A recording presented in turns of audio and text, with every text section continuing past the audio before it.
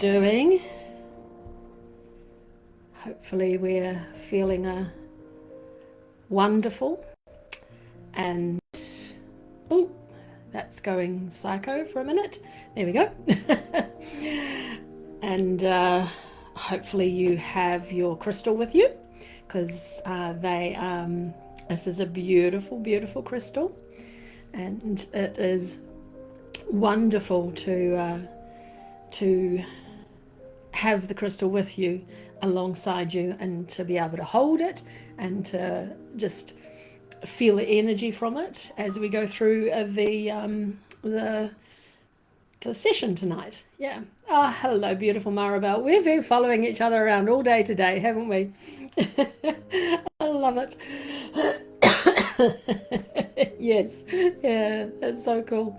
That's just brilliant. I love it. I love it. I love it. I can see my dear Howard there. How are you, Howard? I've got my water bottle in the way. I can't really see the bubbles. Beautiful. This is it's just such a lovely time. And as I've said before, just researching again, like crystals have been in my life for ages. Yonks and yonks and yonks. I love them, and essential oils. They've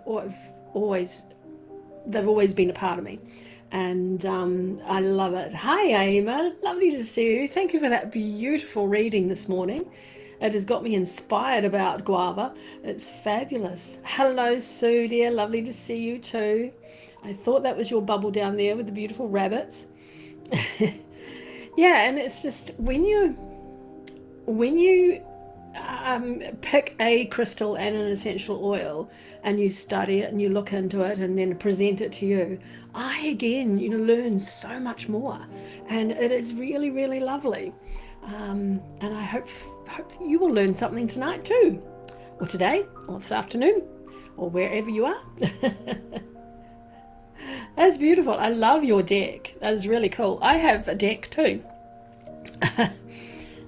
This is my one. Actually, let's show you an inside card, because the outside packet is not overly exciting.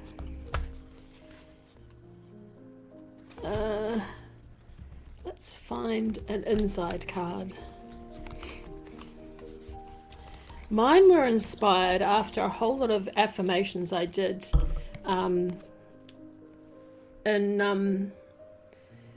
that's one of my ones. So a whole lot of affirmations that were we did in a mala, and I just felt like they just needed more. And I'm now currently going through the cards and writing the meaning of all of them to me and to you and all that. So that will be coming out soon too, which I'm excited about, very excited about. But mine had, thank you, Yaima.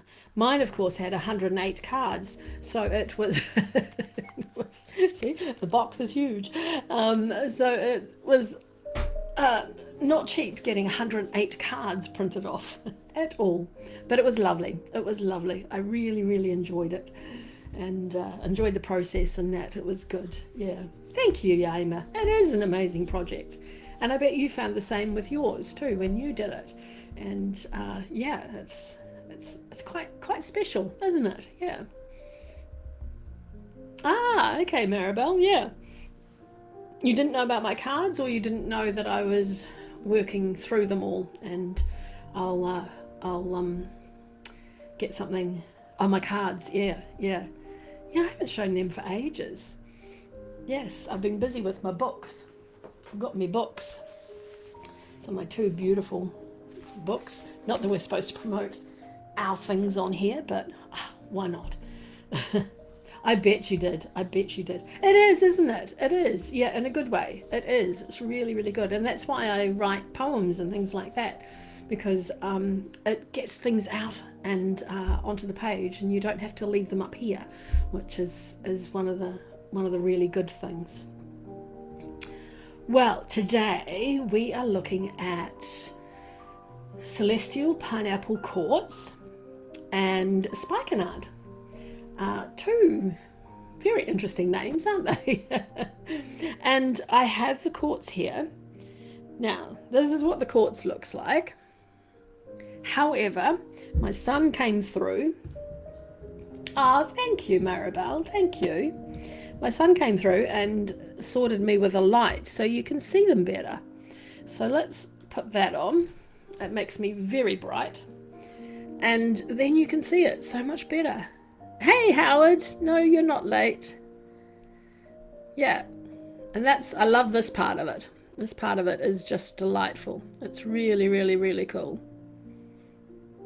And it's lovely. And if I put it, playing with the light, I love new things. It's really cool. And if I put it on this one, yeah, this one, look at the difference then. Isn't that really, really neat? Just the difference in the colors and the more yellows and that. But yeah,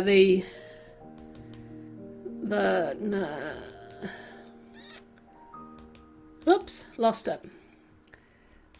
That one is probably the better one, where you can see it a bit better. See its little shiny wee bits and things like that. It's a beautiful crystal. I love it. And this one, I've had lots of different, there are lots and lots and lots and lots of different quartzes, and I've had lots of them. This one is I probably haven't had this one for about 6 months maybe now, and it's quite delightful. I love it. It's a raw one, and it is just really, really lovely to even hold, because on the top it's really quite smooth, and it's just really rough around the edges, which isn't that lovely, you know? And to me, that's like, you know, sometimes I can be a bit rough around the edges, and I just need polishing off. And but I have a beautiful polished top. Sort of, and that's a hard thing to describe, isn't it? But yeah, it's lovely.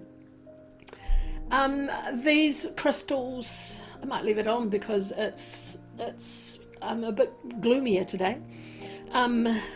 These crystals, you know, they like this one that seems to belong to the earth, and then there are crystals that seem to carry a little piece of the heavens with them. But this one, I think, is one of the extraordinary stones. You know, the first time I held it, it was excuse me, it was like there was something beautiful and joyful about its appearance when I looked at it. There was nothing that felt heavy, or it didn't even feel ancient, actually, like a lot of the crystals do. They feel quite heavy, quite ancient. But this one just seemed to sparkle. It's just lovely. It just sparkled away. And it's got a really uplifting presence.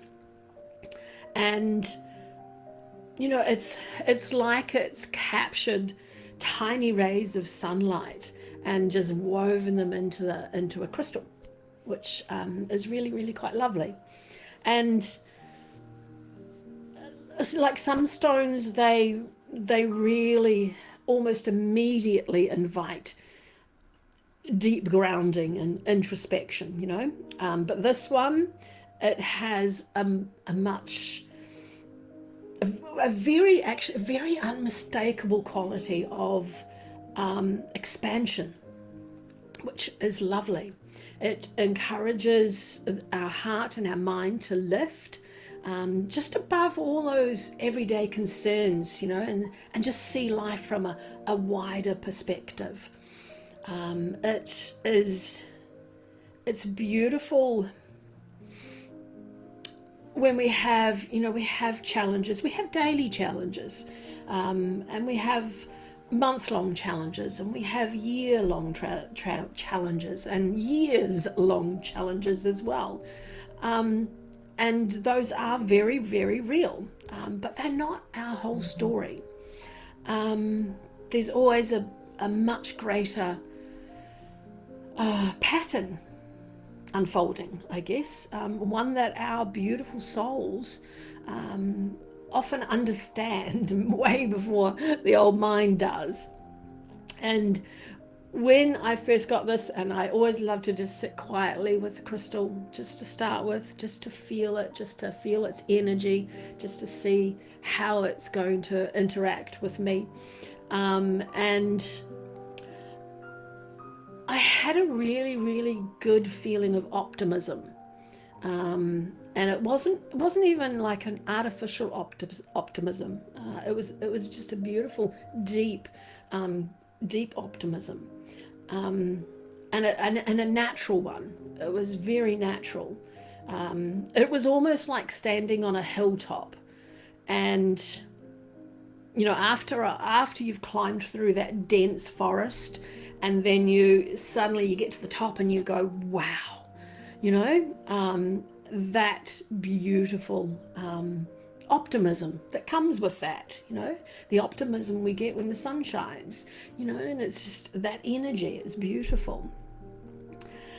And that doesn't mean the obstacles and the challenges have disappeared. It just changes your perspective, and you can finally see where you're going. And that, I think, is one of celestial pineapple quartz's beautiful gifts. It doesn't promise a life without difficulty. It just simply reminds our spirit it was created to rise above those challenges. And yes, it's very hard, and it's very hard to stay risen above sometimes too. But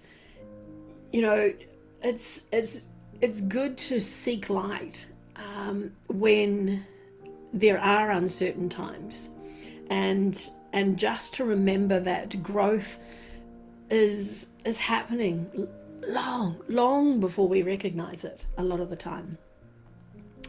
And that's what this beautiful quartz sort of said to me. Unlike many gemstones,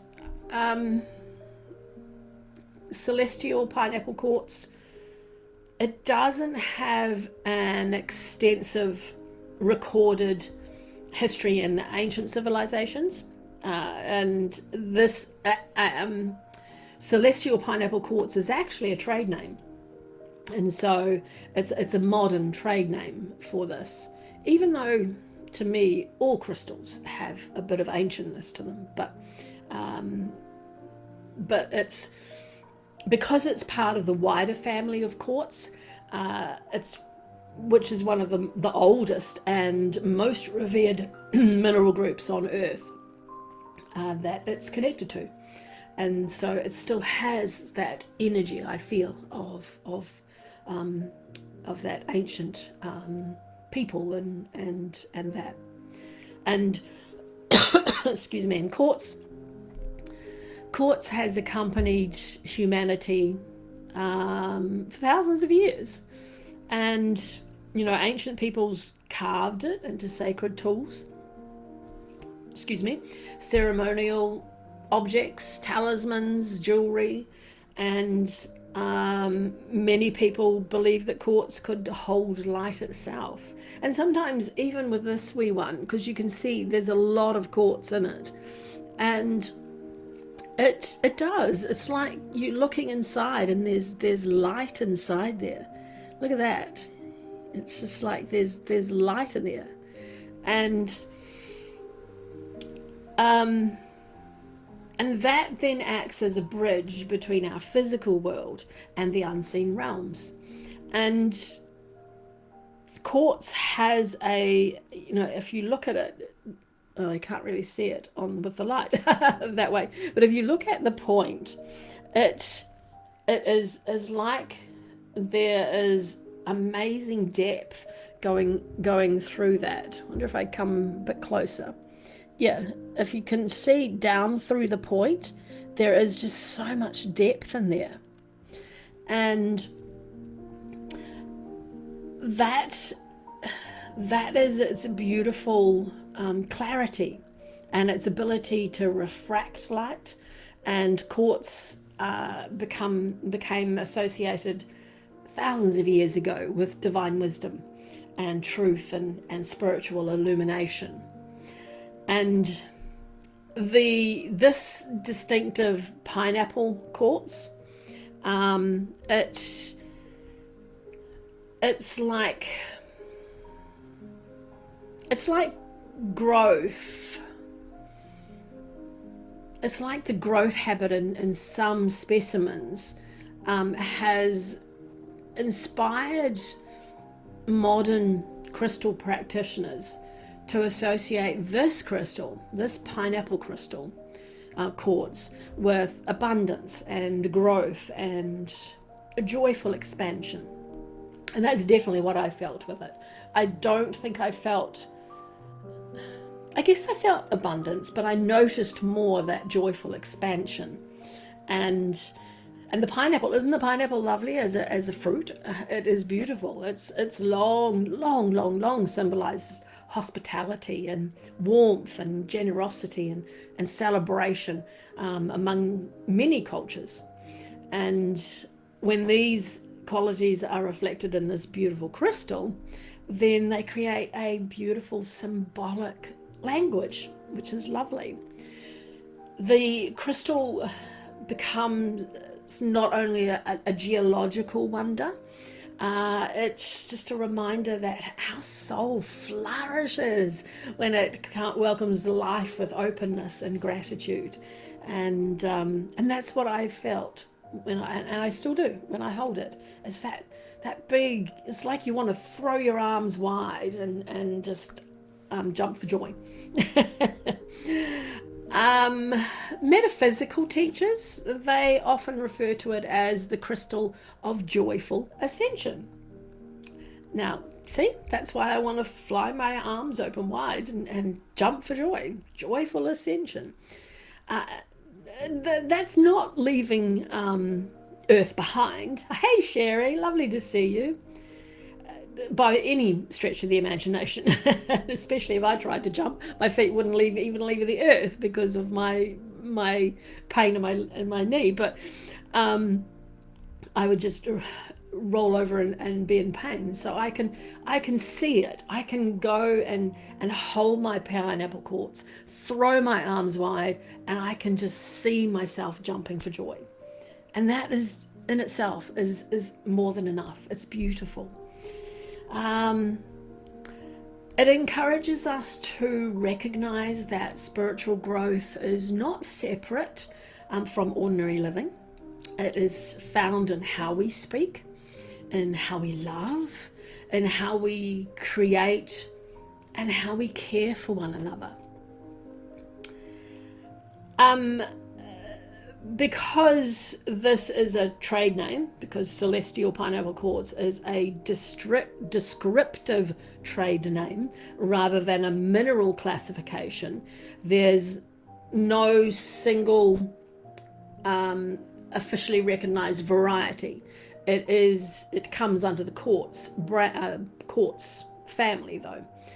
So most examples of it are still naturally formed quartz, displaying clusters and textures and layered crystal growth that resemble the surface of a pineapple. And that's what you see on this side.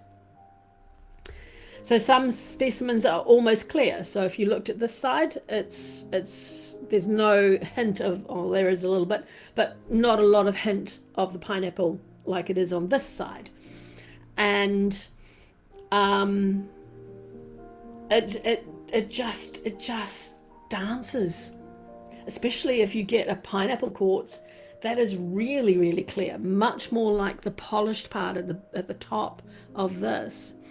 And you know, that just allows the light to really dance through the crystals. And that's why I love this beautiful smooth part on the top of this rough edged crystal, because I can still feel that brilliance, you know, that the crystal has. And you know, occasionally you could find pieces that have of celestial pineapple quartz, but still have more smoky tones. Um, excuse me. Some can have like delicate rainbows or faint sort of milky parts, and mine comes under the more milky part. And that's where mineral-rich fluids become trapped during its formation. So it's lovely. You should look it up. Celestial pineapple quartz. It is just a beautiful, beautiful crystal, and it still sparkles. See, you can see it sparkling. It's just fabulous. And every specimen, each one of them, regardless of whether they're the more pineapple-y resembling type one, or whether they're the beautiful rainbow one, or just the milky part without any of the dramatic sort of pineapple side that I have, they still, every one of them feels so unique, and it's almost as though nature decided that no two of them, no two expressions of the celestial light should ever be identical. And I loved that when I read that. And I thought that was fabulous. No two expressions of celestial light should ever be identical. And we're the same, you know. There's not one of us that is the same. We're all unique. We're all absolutely different expressions of this life, which is fabulous. Celestial quartz, as I said, belongs to the quartz family. The quartz family is one of the largest widespread mineral groups on Earth. Actually, there is lots and lots of. I should have brought some of my other ones in. Actually, I've got quite a collection of quartz. Lots of various types of quartz too. And quartz forms when the silica-rich fluids, I'm just getting some of my tea, when they cool and then they crystallize over immense periods of geological time, and then the result is that they are exceptionally stable, and they become one of the foundations of the Earth's crust, and that's how quartz is found. Spiritually, quartz has long been the just quartz, general quartz. But even if you've got quartz in it, quartz itself is the master amplifier. But even if you have like this pineapple quartz, you've still got that beautiful energy of a master amplifier in it. Pure quartz is much stronger though. Excuse me.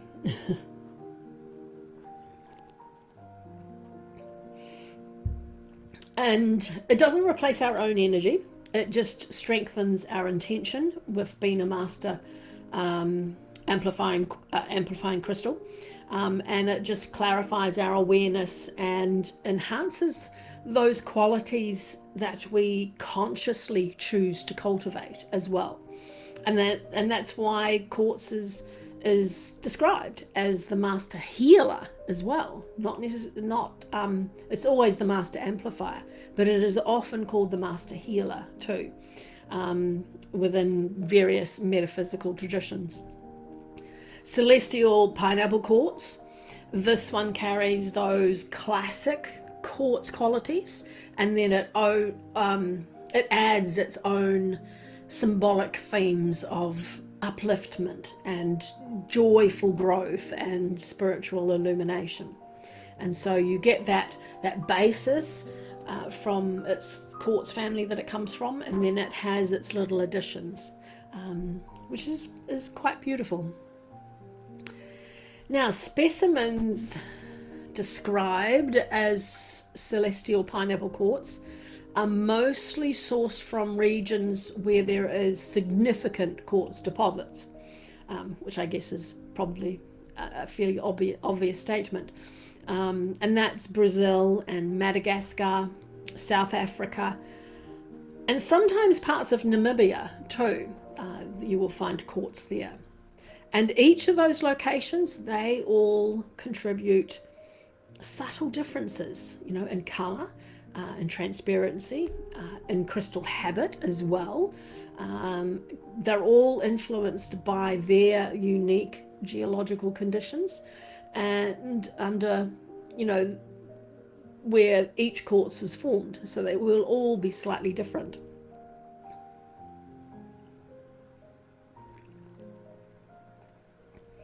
Now, regardless of origin, every crystal represents an astonishing collaboration, every quartz crystal, between heat and pressure, then mineral-rich waters, and then immense stretches of time. It takes a long time for quartz to form. And that's why it is a 7 on the Mohs scale, on how hard it is. So you can be quite rough with it. It doesn't mind, and it's very durable. That's why you will have quartz in jewelry and things like that. It is very suitable to hold and move and touch and handle and meditate with, and just it loves being on display too. It really does. And that durability, is creates beautiful symbolism. Although it's sparkling with delicacy almost, it possesses the most remarkable inner strength, because it is really, really strong. And so that shows us that gentleness and resilience they're not opposites. They work together. And like quartz, we can remain open-hearted while also developing that beautiful strength that we need to navigate life's changing seasons. So celestial pineapple quartz is composed primarily of silicon dioxide, and which is the same beautifully elegant, I think, mineral structure that all the quartz varieties share. Silicon and oxygen, which are two of Earth's most abundant elements, and they combine in a beautiful repeating sort of crystalline lattice that gives quartz its fabulous clarity, its stability, and its absolutely remarkable ability to interact with light as well. And many metaphysical traditions see this like orderly internal structure as a symbol of harmony, and that's harmony between the physical and the spiritual worlds. It's like every atom occupies its rightful place, doesn't it? And so this crystal then reminds us that our own lives become more peaceful when we align them with our authentic nature. Physical texture. I've got a rough one, which is a beautiful one to have. This one, because it's rough, as I said, on the edges, and then smooth on the top. And it's quite a wonderful combination, this one. And that is one of its beautifully enchanting features of this particular quartz, is its surface. Hello, darling Alicia, lovely to see you. Yours is all rough, yeah, and that's what most of the rough ones will be like too. They're the natural ones, and this is what attracted me to this one, because of its beautiful smooth top, smooth little pyramid. It's a beautiful little pyramid sitting on the top of something so beautiful and raw, which is what I was drawn to. It doesn't. Probably could be. Absolutely. But you can send me a picture of it, and I can tell you. But it probably is. There is no reason that you can pick up a quartz like this and not be all raw and all smooth. I'm just lucky I found this one. Well, not lucky. I think I was drawn to it. That had that beautiful pyramid at the top. So they don't present a single smooth crystal point. Although in saying that, mine does. So mine is out of the it's out of the usual because of that smooth crystal point that it has. But many of the specimens have beautiful intricate clusters. And mine probably hasn't got intricate clusters. It's got pretty ones. I like them because they're pretty, but they're not intricate like some other. I haven't got any of my really intricate ones. And tiny little terminations that rise up together, and that can create a beautifully richard, textured appearance that is reminiscent of a pineapple. Or even if you look at them closely, a miniature crystal city too, which is fabulous.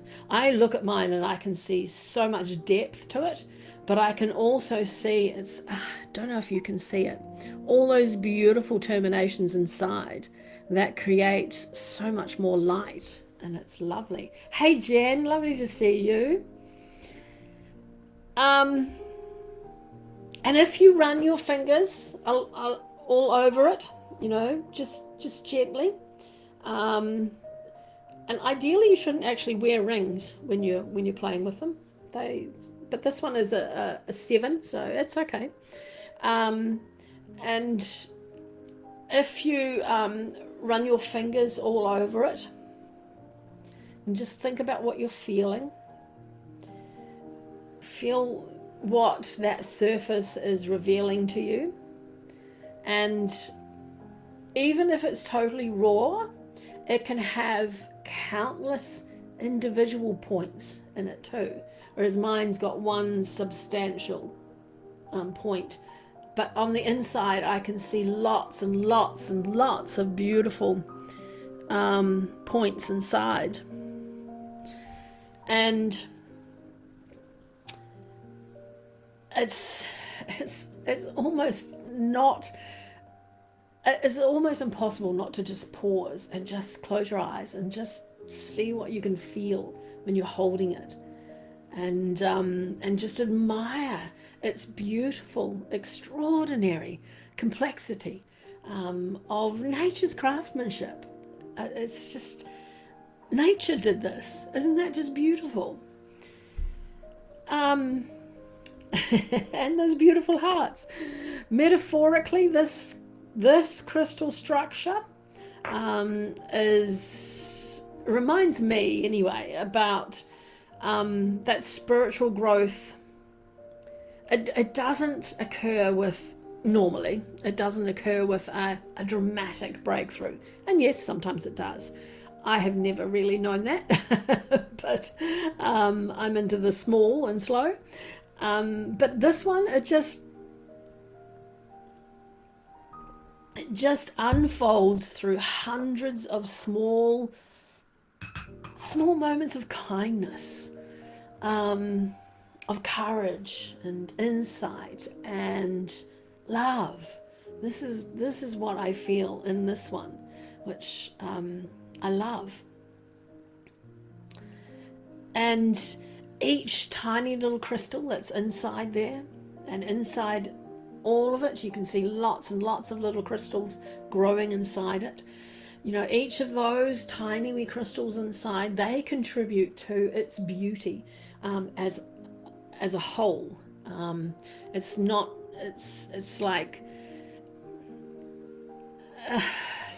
just as each sort of small choice that we make shapes who we are and who we become, and you can see that reflected in this. In in this one, in Celestial Pineapple Quartz, if I described it in one sentence, to me it would be lift your eyes toward the light. Probably not that light because it's bright, and your heart will absolutely remember how to shine. It really, really will. It's this crystal's energetic presence just feels so bright, so optimistic, and beautifully expansive as well. And it doesn't push us toward constant action. It just encourages a small sort of elevation, or a gentle elevation of expansion and of awareness. And it just reminds us that, we can step back from life's immediate challenges and just view them from the perspective of our soul. Many people experience this crystal as a beautiful companion during periods of transition. It reassures those uncertainty, things that we come across. It's often the beginning of the transformation, rather than evidence that something has gone wrong. Its energy just feels joyful, and it's not becoming frivolous. It's that spiritual evolving, but we're not disconnecting from life, from everyday life. It's uplifting, without denying those realities of this human experience. So it invites us to carry hope, but with maturity, and optimism, but with wisdom, and carry light with compassion. And that's what it asks. It's beautiful. Its chakra is the crown chakra, which I'm sure you would have guessed.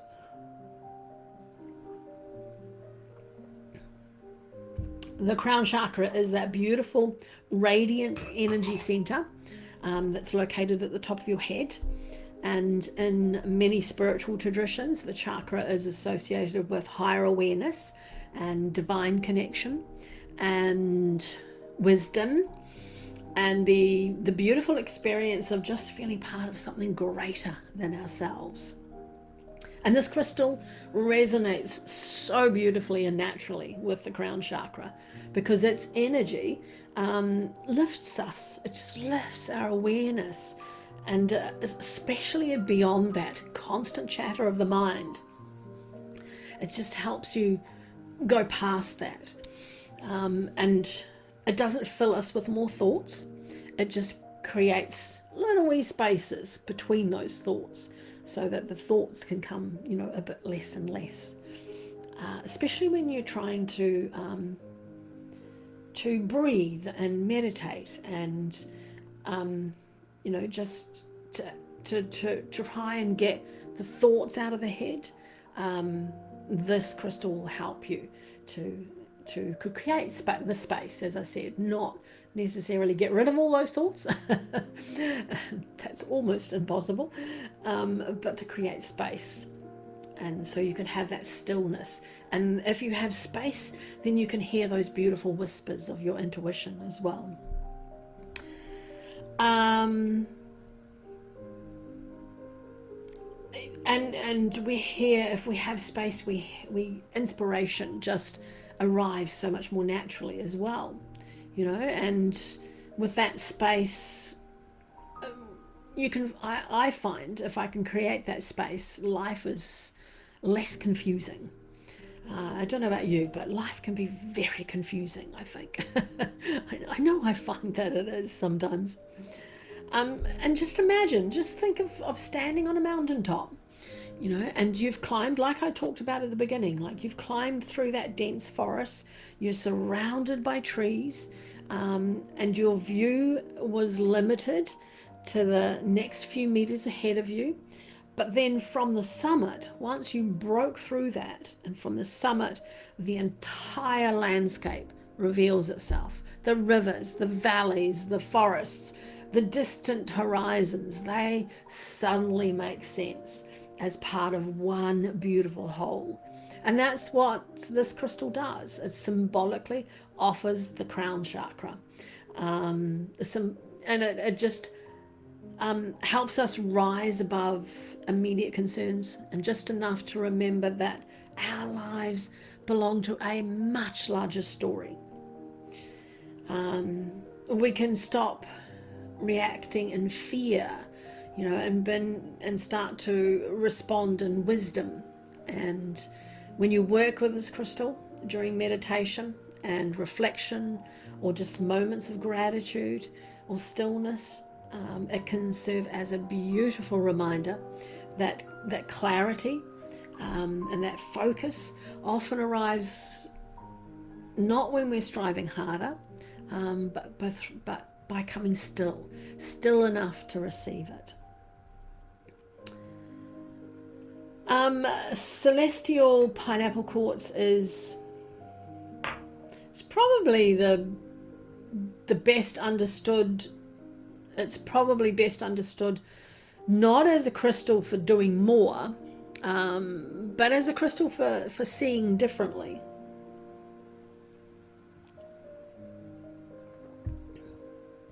Its greatest, its absolutely most beautiful, greatest gift lies in its gently shifting perspective.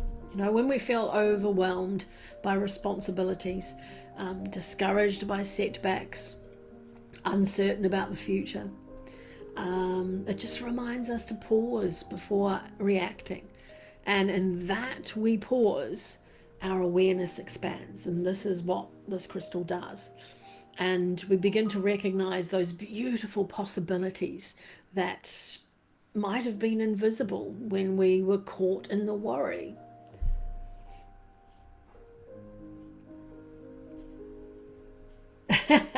Oh, beautiful, Lisa.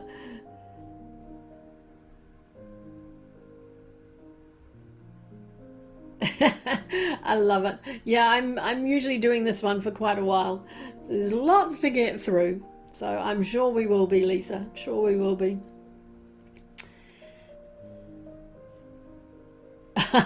Beautiful. I love it.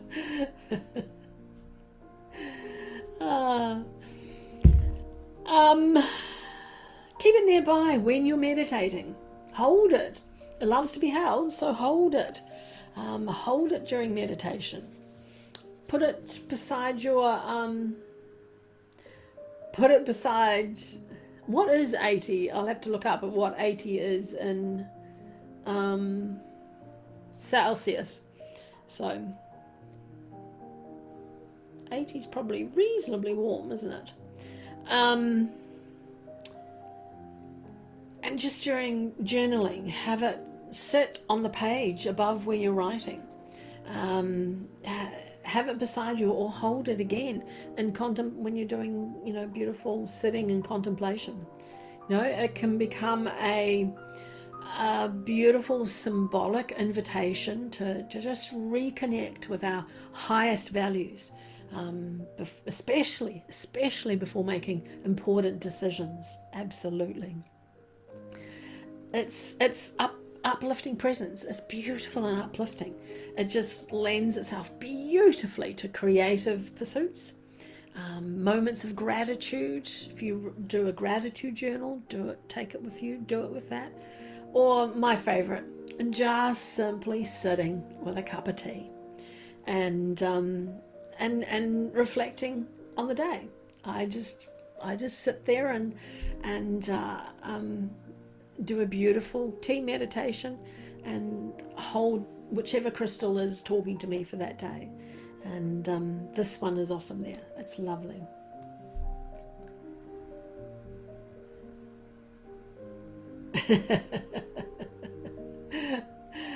I can imagine that, Lisa.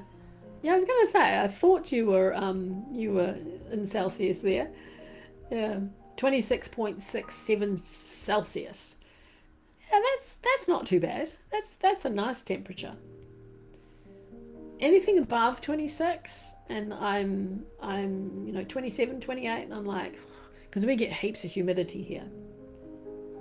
Oh, lovely, Jen. Lovely. Lovely. You'll have to send me a picture of it. Definitely.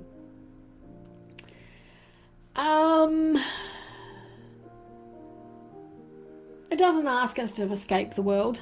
As much as I'd like to escape the world sometimes, it doesn't. Thank you. It just encourages us to actually engage with the world, and but from a beautiful place of calmness, of calm optimism, and curiosity and trust. And perhaps it's just its deepest teaching is that growth does not happen through dramatic change. Sometimes it just begins with a single shift in perspective and a single hopeful thought, or a single moment of just remembering that light, that beautiful light, has never stopped shining.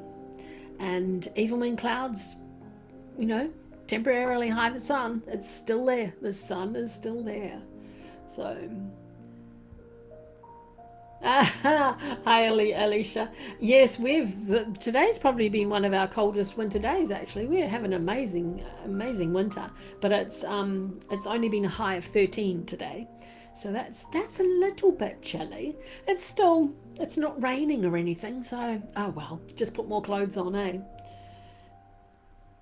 Yes, 26 overnight. That's yuck, isn't it? Yeah, agree. 26 at night. That's a bit hot. Now, it's archetype. Who knows what archetypes are?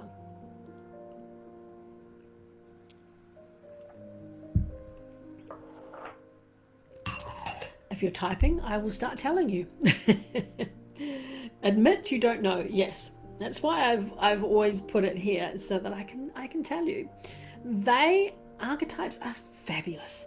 They are timeless patterns of our human experience that appear through mythology, psychology, storytelling, and spiritual traditions.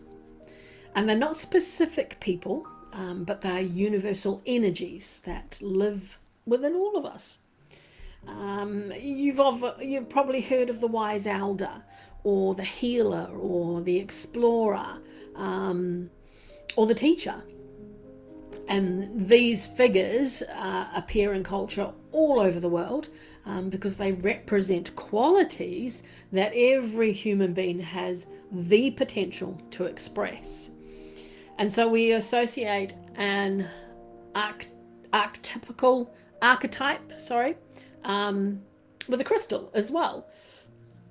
And we're not suggesting that the crystal, or I'm not suggesting that the crystal contains a person or a personality. It's just symbolic language to describe its qualities. And that is just another beautiful way of doing it. I've just done I'm organizing a beautiful self-love type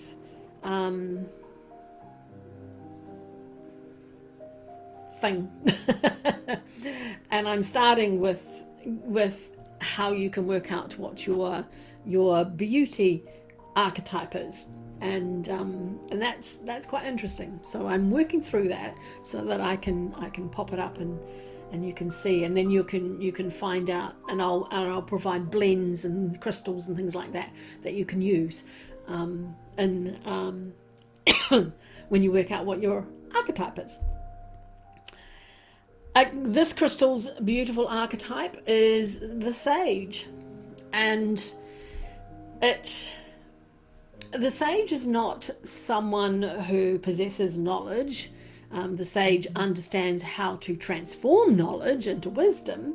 And this archetype just reminds us that beautiful understanding comes not from collecting more and more and more information, that helps, but from learning to see life clearly, compassionately, and with perspective. And celestial pineapple quart just mirrors that beautifully.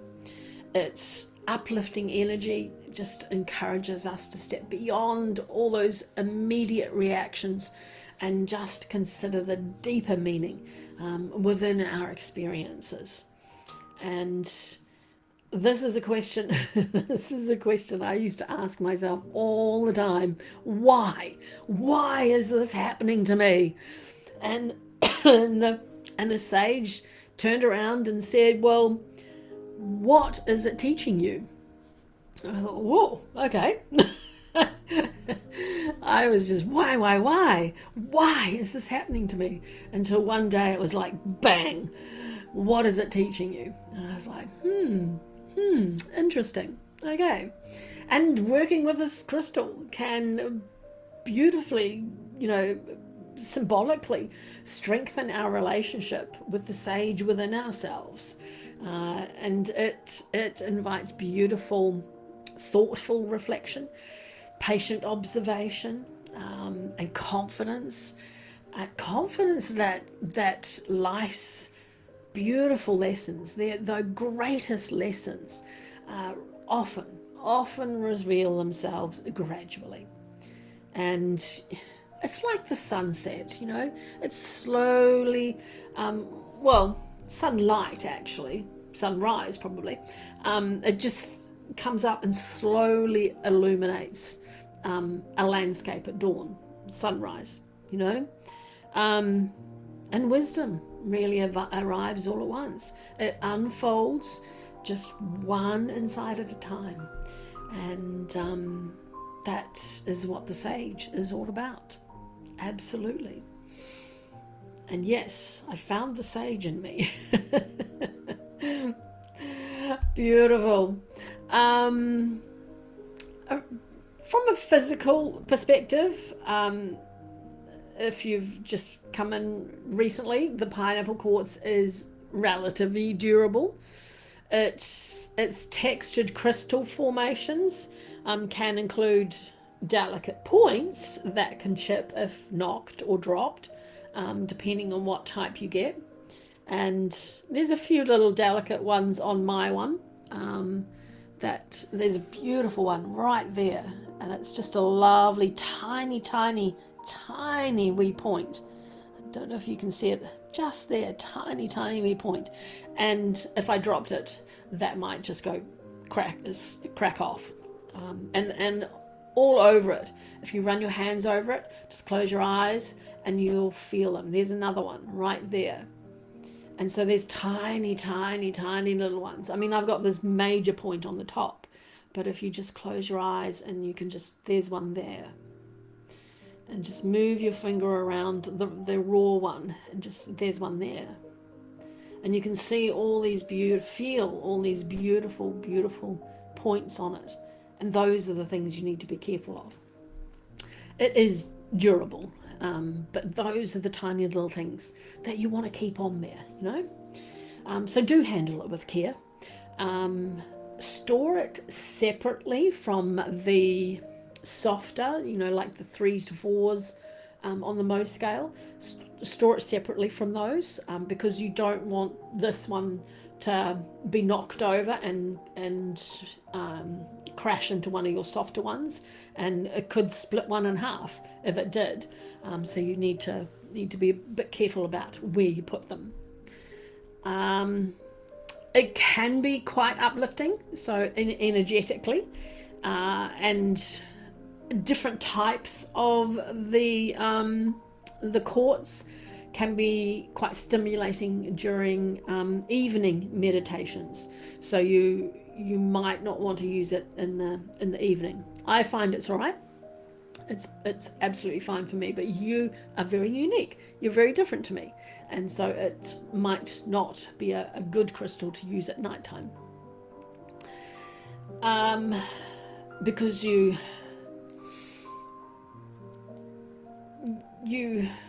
want to be uplifted during the day. You want to be expansive during the day. You want to rest and relax during the night.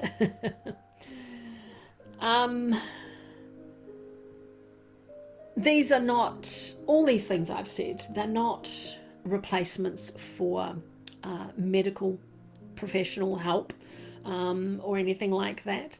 They just go hand in hand. You know, if you need that help as well, nothing wrong with that, but use your crystal to complement it. You know, pineapple quartz is not one that changes who we are. It just reminds us of the light, the wisdom, and the hope that we've been waiting for. And usually it's already inside you, and we need to be still enough, expansive enough, open enough, let those spaces come out, and then that will be drawn out as well. Nothing wrong at all. Absolutely, absolutely.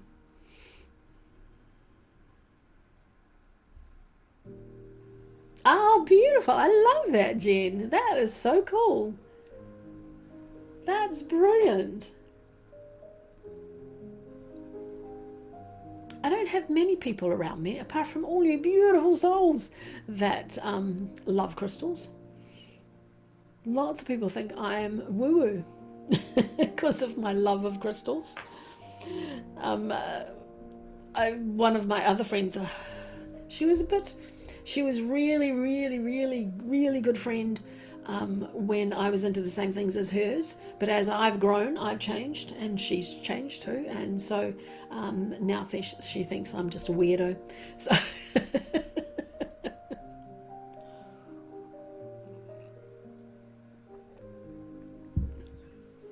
I must admit, Maribel, up until about 6 months when I got this, I hadn't heard of it either. I just saw it and thought, oh, that's mine. It's mine. So home it came. Okay. So yeah, the scientific mind will have things to say about the crystals. I love that.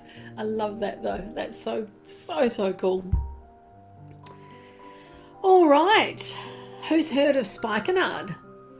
Spikenard essential oil. Do you want me to spell it in there?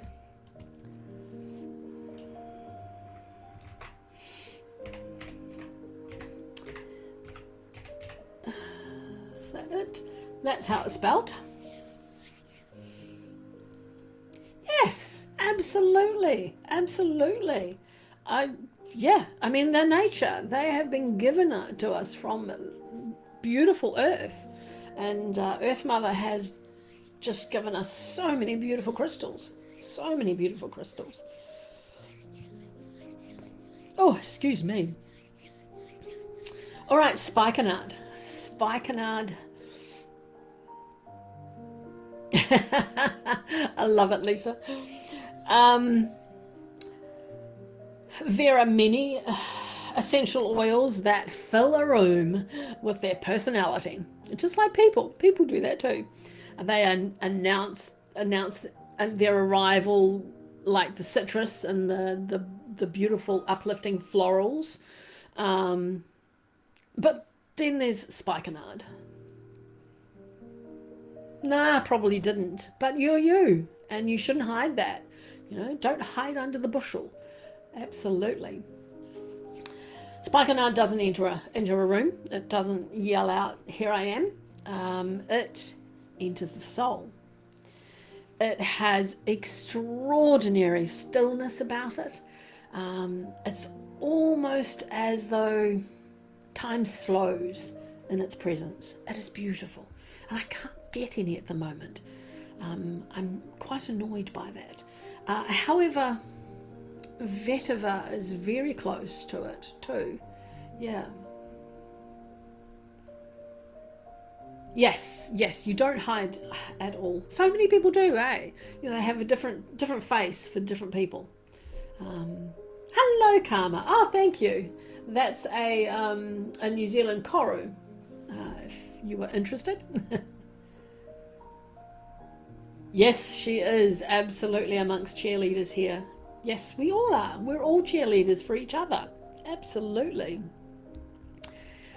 Um, yeah, it has a beautiful stillness about it. It really does.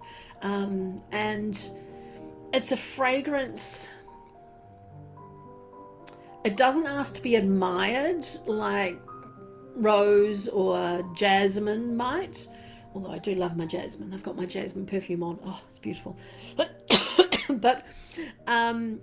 it just sneaks up quietly, and it invites you to sit down, and it invites you to breathe deeply, and it invites you to remember something that is far older than your everyday thoughts. And working with Spikenard, it is beautiful. I can't wait till I can get it again. It just feels like opening the pages of an ancient manuscript, because the wisdom has never faded, has it, in an ancient manuscript? It it is it's just, it's like true peace, and true peace really arrives through chasing more. And you can just when you breathe it, you just and it appears, when we become still enough to recognize that what we've been seeking is within us all along, just like pineapple celestial course. There's something beautifully, absolutely profoundly grounding about this oil. It encourages, so I've gone from one end to the other. So we've got the crown chakra, and this one is extremely grounding. Yes, yes, and it is very similar to if you've had vetiver karma. It is very little, well, yeah, a little bit similar to vetiver. Oh, I love it, Sherry. Which ones have you got? Which ones have you got? Um, yes, it just encourages us to come into our own center, to release that endless pressure of striving, and just start to discover that beautiful, quiet dignity of just simply being present. In a world that, we live in a world that just constantly celebrates speed, and achievement and productivity, but Spikenard, it's so much quieter than that. And it loves to just whisper in your ear, come on, slow down, listen. That deepest wisdom that you're after is really found in a hurry. So, yeah.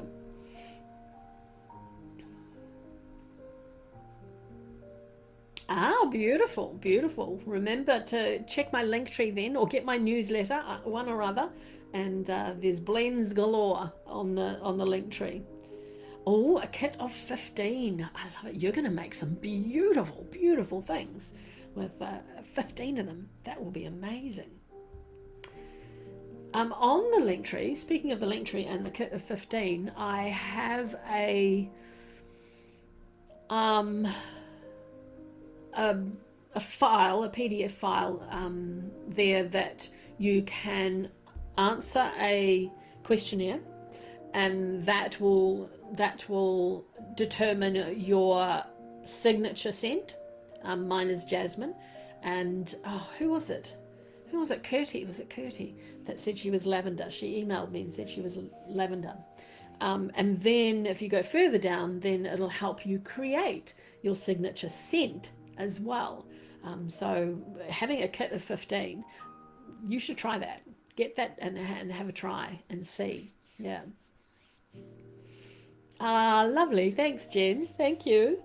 Yeah, get some oils. Yes, have a look. Have a look. I was just saying, Karma, that I just can't get it. No one seems to have it at the moment. So, yeah. Definitely.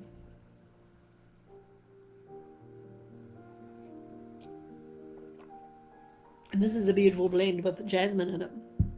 See, I love jasmine. Very few plants carry a history as rich and as revered as spikenard. Its story just stretches back thousands of years. You can find it weaving through sacred texts and ancient trade routes and temples and royal courts, and yeah, it's just lovely. It's native to the high Himalayan regions of Nepal and India and Bhutan, and it has been treasured since antiquity for both its fragrance and it is beautiful spiritual significance.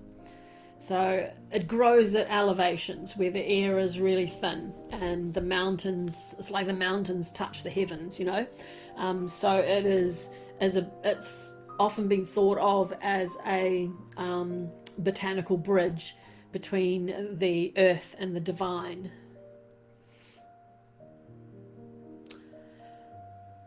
No, I don't actually, Jen. Don't think so. I think I did. I've created some blends for people who are a bit off there. I'm sure I've got something somewhere, Jen. I will have a look, and I can put it up on my link tree, or I can send it to you if you want me to. Just let me know. No, unless you're making no, actually never, no. Yeah, I'll do something and or find it. I've got all sorts of essential oils, all over reference books all over the place that should have a. When I first started doing them, I'm sure I've got a book that has the basics in there, and I'll have a look and see what I can find. Otherwise, I'll just put my brain to it and see as well. I love doing that. Thank you for doing that. I love challenges.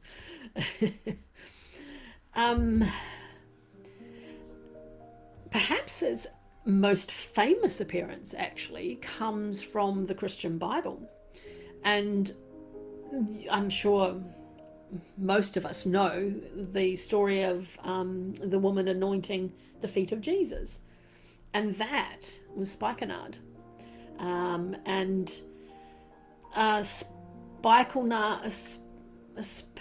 Spikenard, she anointed the feet of Jesus, and it was a very costly, expensive oil.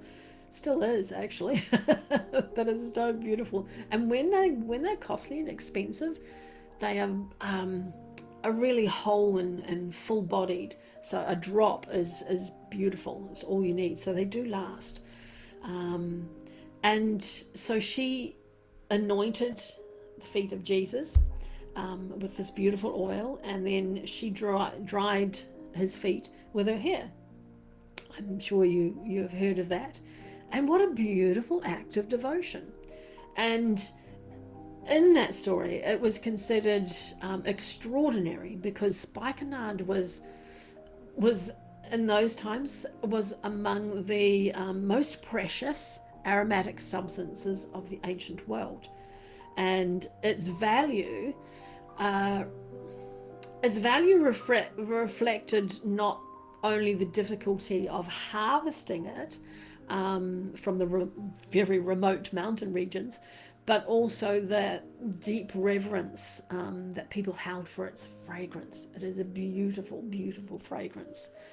And in that particular story, spikenard becomes an amazing symbol of humility and a wholehearted love as well, and a selfless offering too.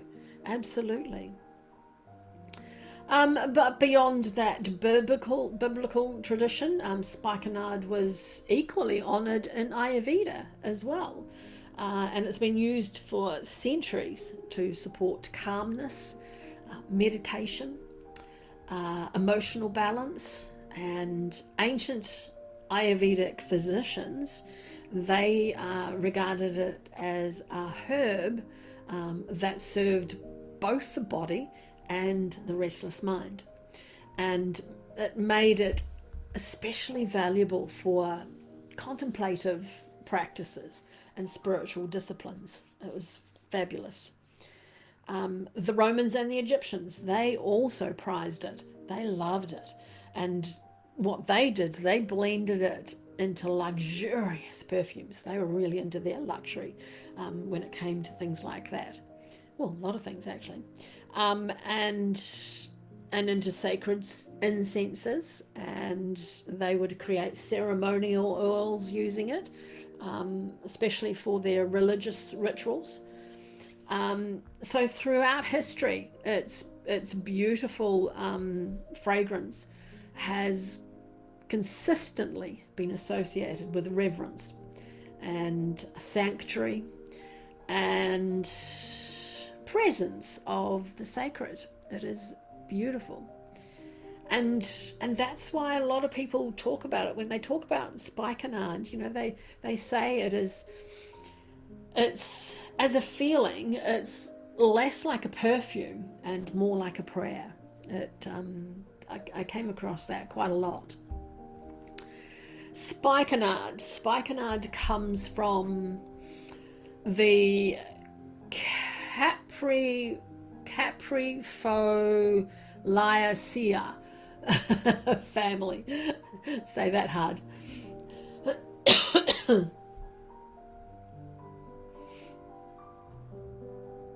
Beautiful, Karma. At least you guys know where to get it then. Absolutely. Thank you. Yes, my suppliers probably get it from over there. They just haven't got it at the moment. Yes. It is quite well known. And it is from that Caprifoliaceae family. But a lot of aromatherapy writings and text, they list it under its former family, which was Valerianaceae. So you might find it under either of those botanical names. And botanically, it is a flowering perennial, and it absolutely thrives in rocky alpine slopes of the Himalayas. It loves those cool temperatures and loves the mineral-rich soils and that beautiful, pristine mountain air.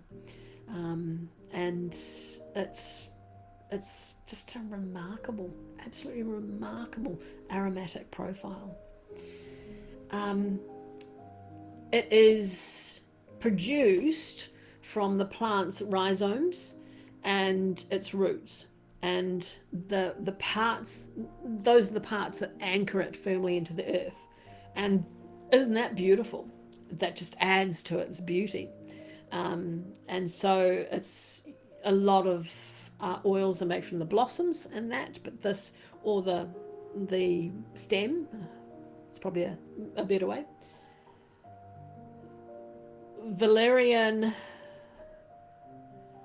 Valerianaceae. So at the end you've got Valeriana, and then at the end is CEAE.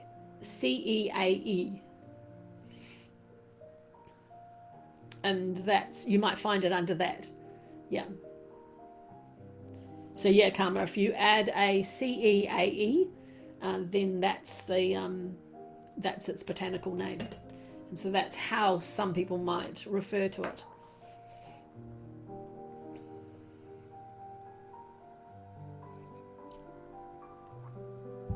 So you're not, when you look at Spikenard, you're not getting that, you're not going to be wanting to be seeking a fragrance from delicate blossoms. Spikenard is a journey. It's a journey beneath the surface, to those beautiful hidden foundations, and that's where true strength resides, isn't it? And it's lovely down there. I'm just going to get my blanket here because I am starting to feel a bit cold. There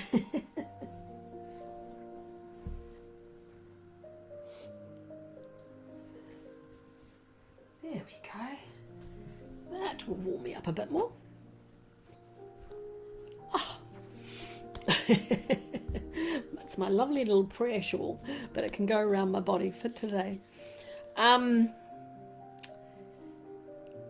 It's there are no recognized commercial varieties of it, like how we speak about lavender or eucalyptus. Spikenard oils can vary very subtly depending on the altitude or the soil conditions and or the region of harvest as well. So, oils that are distilled from higher elevations, they're often described as much more rich and earthy and complex. And then oils that are from slightly lower, I mean all of it's from higher, but slightly lower, they'll be slightly less earthy. And it has very challenging environments. I don't know how many plants grow there. It really does. It's amazing. And in here we go. In my notes here, in modern botanity, the plant traditionally called spikenard, which was called Nardiostachys jutamansi, and then it's in the Capreolalaceae there, but it's actually, its former name was the Valerianaceae, but more often or not you'll find it actually under this. So let's put this here,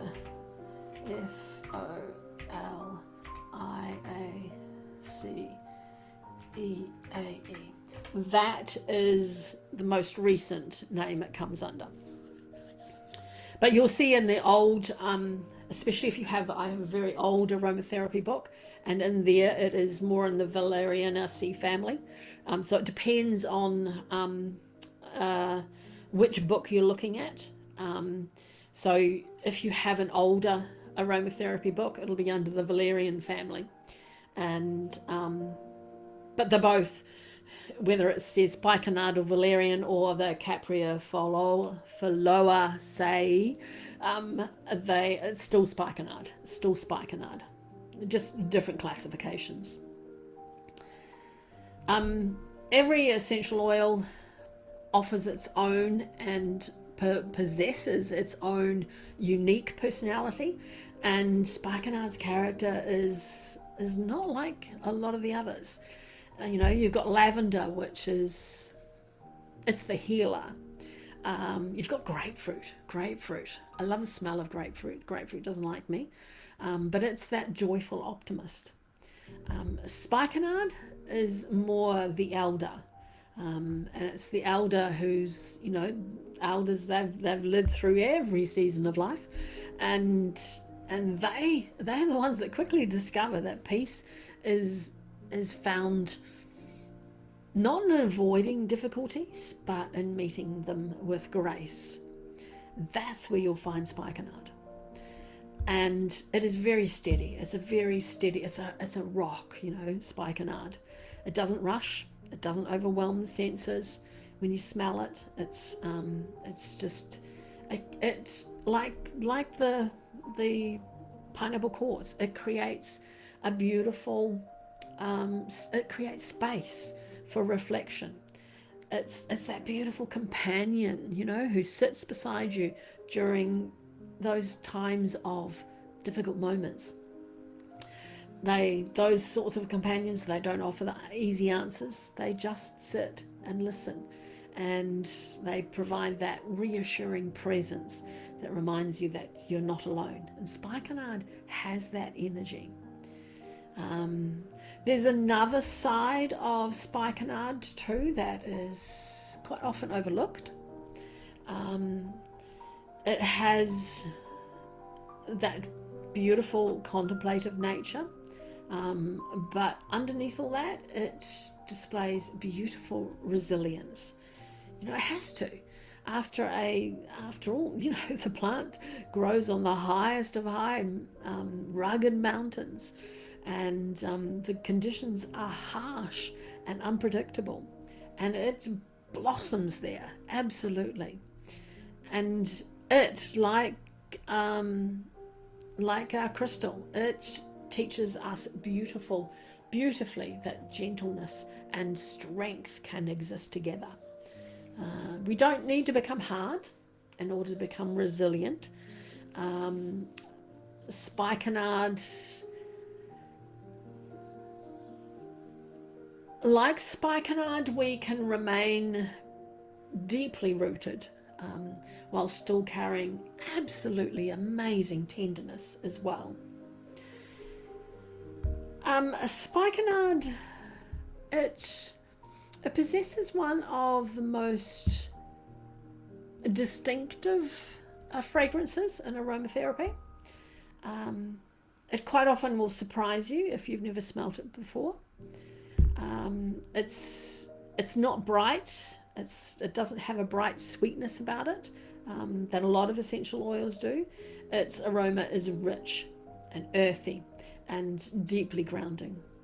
So the first impression you'll have with it is like warm soil after rain, ancient tree roots, forest moss, and then the fragrance, the more you smell it, it unfolds into beautiful, subtle, sort of woody notes.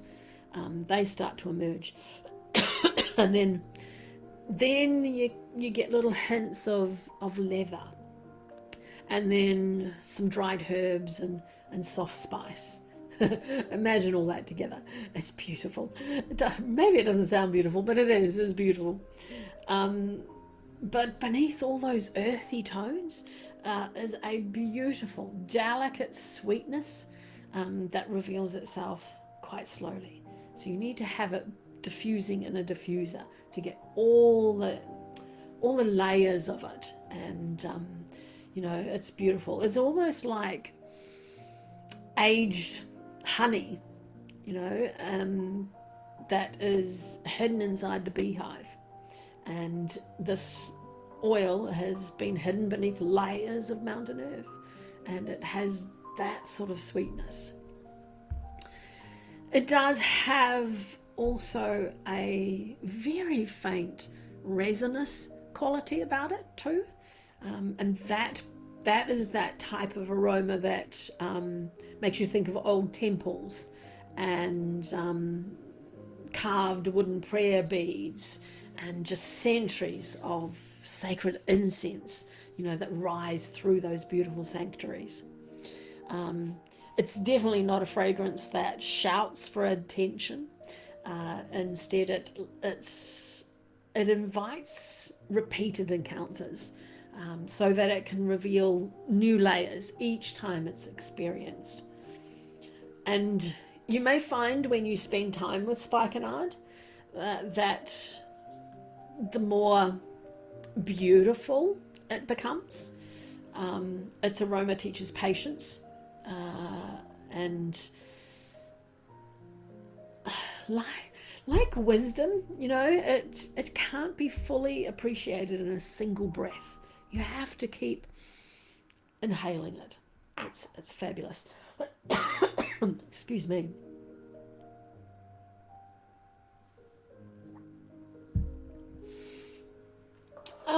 Spikenard, as I said, it grows naturally. It's not farmed. It's grown naturally in those beautifully majestic Himalayan mountains in Nepal and northern India, and then into the Bhutan and neighbouring alpine regions as well.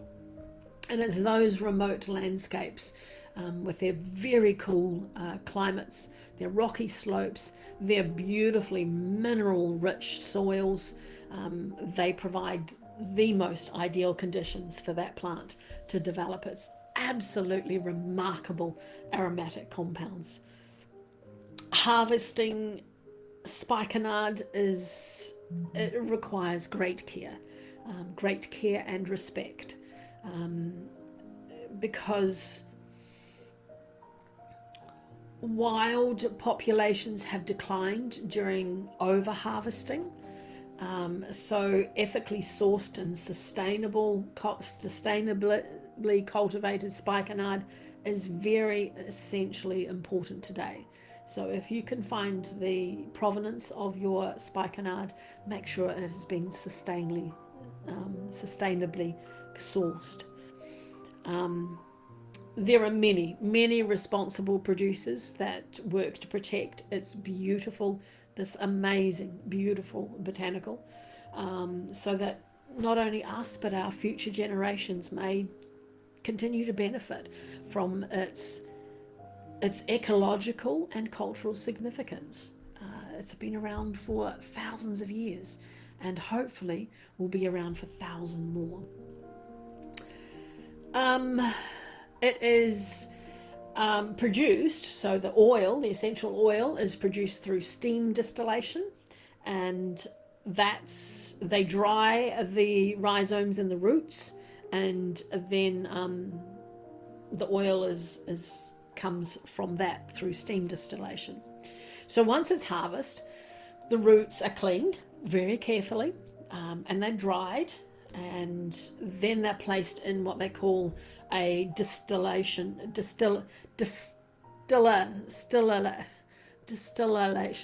that word chamber, and then steam then just passes gently through the plant material, and that releases its aromatic compounds. So it doesn't burn it doesn't damage them, and then the steam cools, and then it condenses into a liquid, and then separating naturally into the essential oil, and they get aromatic water out of it too, which is beautiful. So the result of all that effort, this is why a lot of essential oils are so expensive, because of the process. The resulting oil then is very thick. It's thick, it's amber to dark golden in colour, and exceptionally concentrated at that point. And because the aromatic compounds are drawn up from the roots, not the flowers and the leaves, then the fragrance carries an unmistakable depth and richness that reflects its beautiful hidden strength of that plant itself.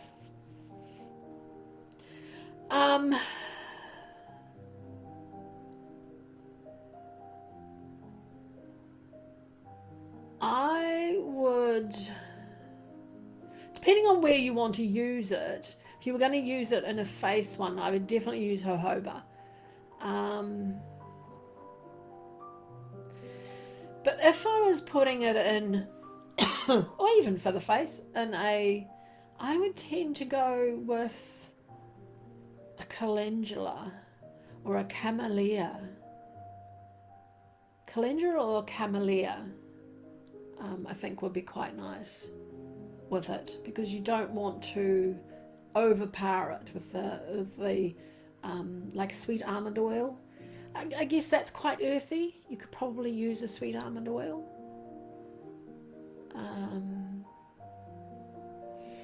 What else have I got that I use? Yeah, I think my go-to for most oils is a jojoba. But yeah, you could put camellia, which would be quite nice too. Absolutely.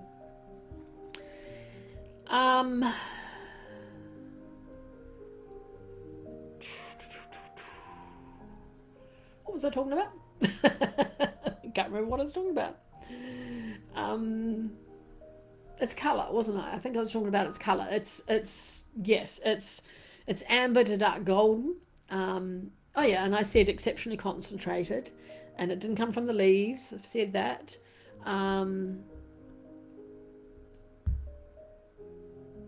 I think there's just something beautifully, viscosity.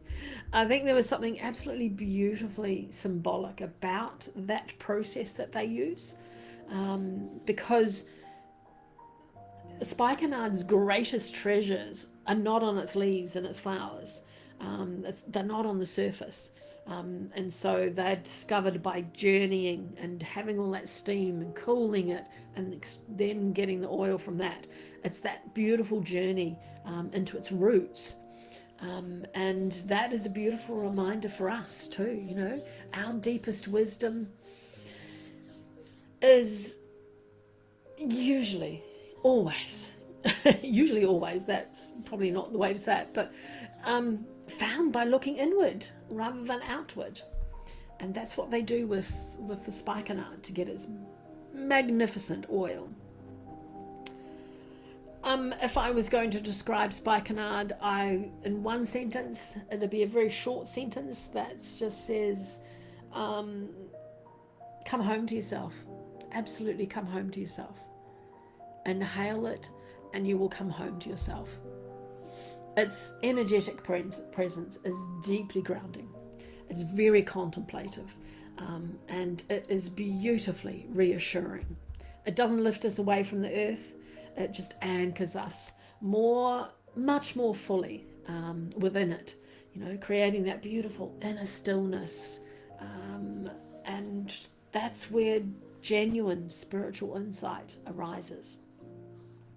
Spikenard teaches us surrender, and that's not giving up. It's just letting go of that exhausting need to control every outcome. It absolutely encourages trust and patience and faith, and it just reminds us that not every seed grows overnight. Every plant has its own beautiful, unique timing, and so do we. And definitely not every answer arrives immediately either. And its energy is just like an ancient mountain. It really is. It's solid. It's enduring. It's unmoved by passing storms. And when life feels uncertain, then spikenard symbolically invites us to just become like that mountain, rooted in what truly matters, while just allowing the winds of change to pass around us without carrying us away. It's fabulous for that. I love essential oils. I have them going all the time. Its chakra is the root, as I implied. We've gone from one end to the other. It's located at the base of your spine, and the energy is associated with safety, stability, and that connection to earth. And it forms that energetic foundation upon which all the other chakras are supported. So if the root chakra is unbalanced, so will all the others. They'll be higgledy-piggledy. So if you're trying to balance your chakras, you have to start with your root chakra, so that the others have a solid foundation to build on. And I learned that one a long time ago.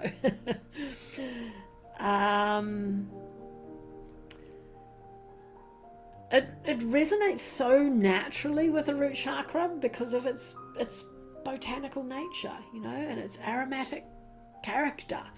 It is, as I said, distilled from the roots of an amazing, beautifully mountain plant that survives everything that we couldn't.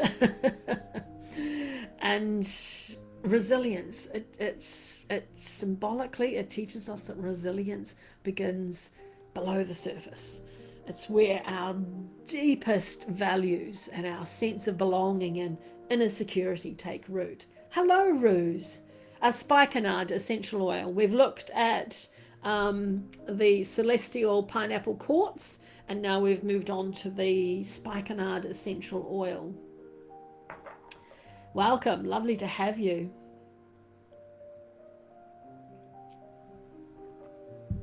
So when we feel scattered, overwhelmed, emotionally unsteady, get your spikenard out, because that's the root chakra is, yes, you got it, Rose.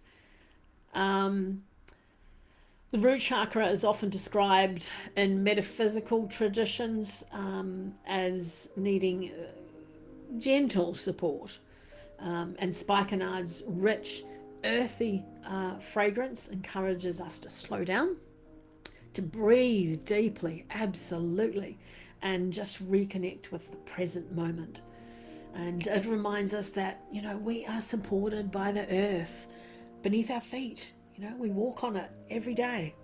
And by that strength that already exists within us. And working with Spikenard during meditation and prayer or moments of reflection can be beautifully symbolic practice of just returning home to ourselves. And like roots, they plant an anchor, and the spikenard roots plant that anchor deep into the mountainside. And so this oil is encouraging us, not asking us, encouraging us to cultivate a life that is grounded in authenticity and patience and trust. It's not an oil for rushing through life. It's an oil for creating sacred pauses. So whether you are using it during meditation or journaling or prayer or just a few moments of a few mindful breaths, I was saying the other day in someone's live that one breath, meditation can just be one breath, and you can build on that. Just breathing this essential oil, it just encourages us to step out of that constant busyness into a beautiful, meaningful presence. It is a beautiful, grounding aroma, and it can transform an ordinary corner of your home into a sanctuary. And it just reminds us that peace is less about where we are and more about how fully we arrive in the moment.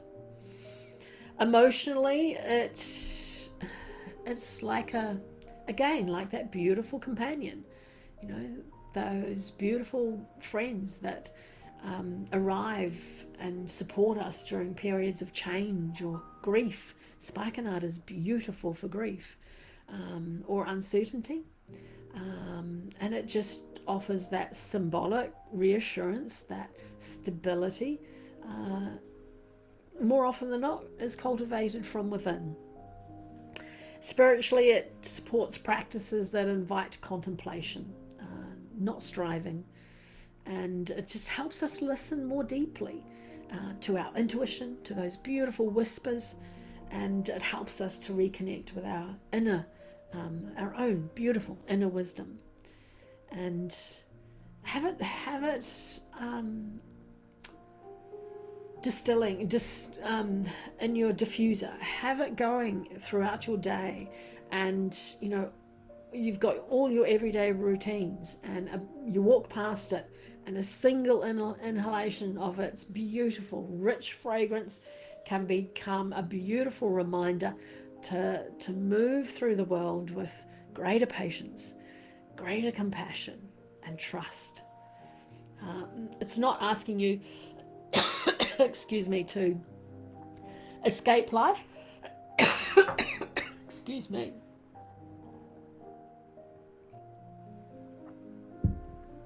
Might have to move on to my water in a minute.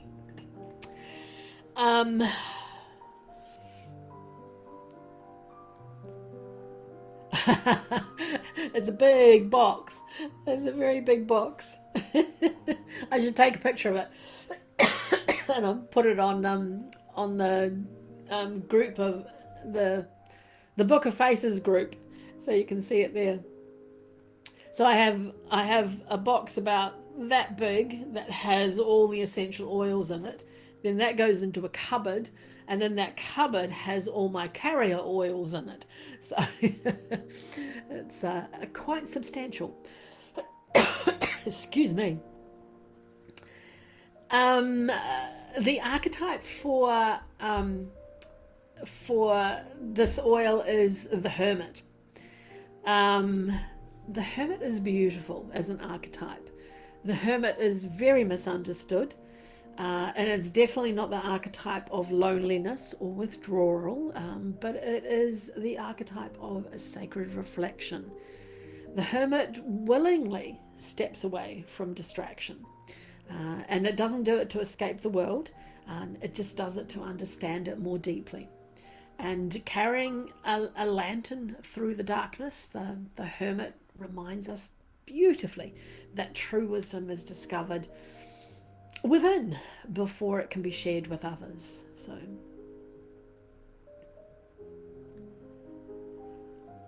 yeah, mine are like that too, and I've got some stickers that you can buy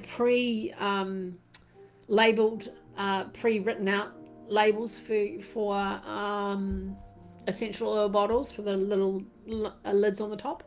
But more often than not, I find, especially now, like for, who was it that said they had just got 15 oils? Those are probably in that list. But more often than not, I find that a lot of the essential oils I have are not in a pre-printed list. So I've got some little wee sticky dots that one day I'll sit down and I'll go through them and write out the names of all the bottles, so that when I look down on them, I can see, oh, there it is, instead of going, is that it? Is that it? Is that it? So one day it will happen.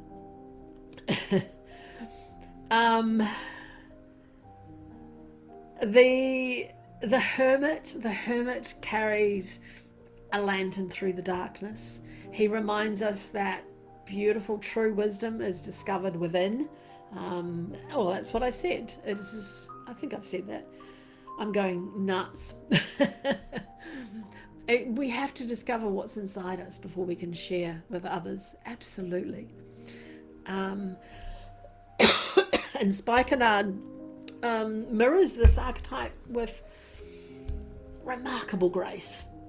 Its fragrance, its beautiful fragrance, naturally encourages contemplation, beautiful, quiet contemplation. It helps us turn inward with curiosity, definitely no fear. And it just teaches us that solitude, there's nothing wrong with solitude. Solitude can become a beautiful place of nourishment. And that's where insight matures and the noise of the outside world just begins to settle. And the hermit is delightful. And working with Spikenard, symbolically, I found awakens the hermit within us, within me. Because of my issues, I spend a lot of time alone. And to me, I was like, oh, I'm becoming a hermit. But when you, and it's not from choice, but when I started looking into it, if I don't look at the hermit in the way that most people look at it, and look at it in a beautiful, awakened wisdom, and a beautiful patient part of ourselves that understands that not every question is going to be having an immediate answer, sometimes that is the great act of courage, and to become still and to just listen deeply and to trust those little whispers that emerge in their own beautiful perfect time. Spikenard is highly concentrated. It should always be diluted, because a lot of oils, yes, you can put them straight onto your hand. Ideally, you shouldn't. But I put bergamot on my hand, it's fine. But if there's an aroma that you feel that you could just use on your hand, just test it. Just test it and see. Our hands are quite hard, so they can cope quite a lot with them. But mostly you would say no.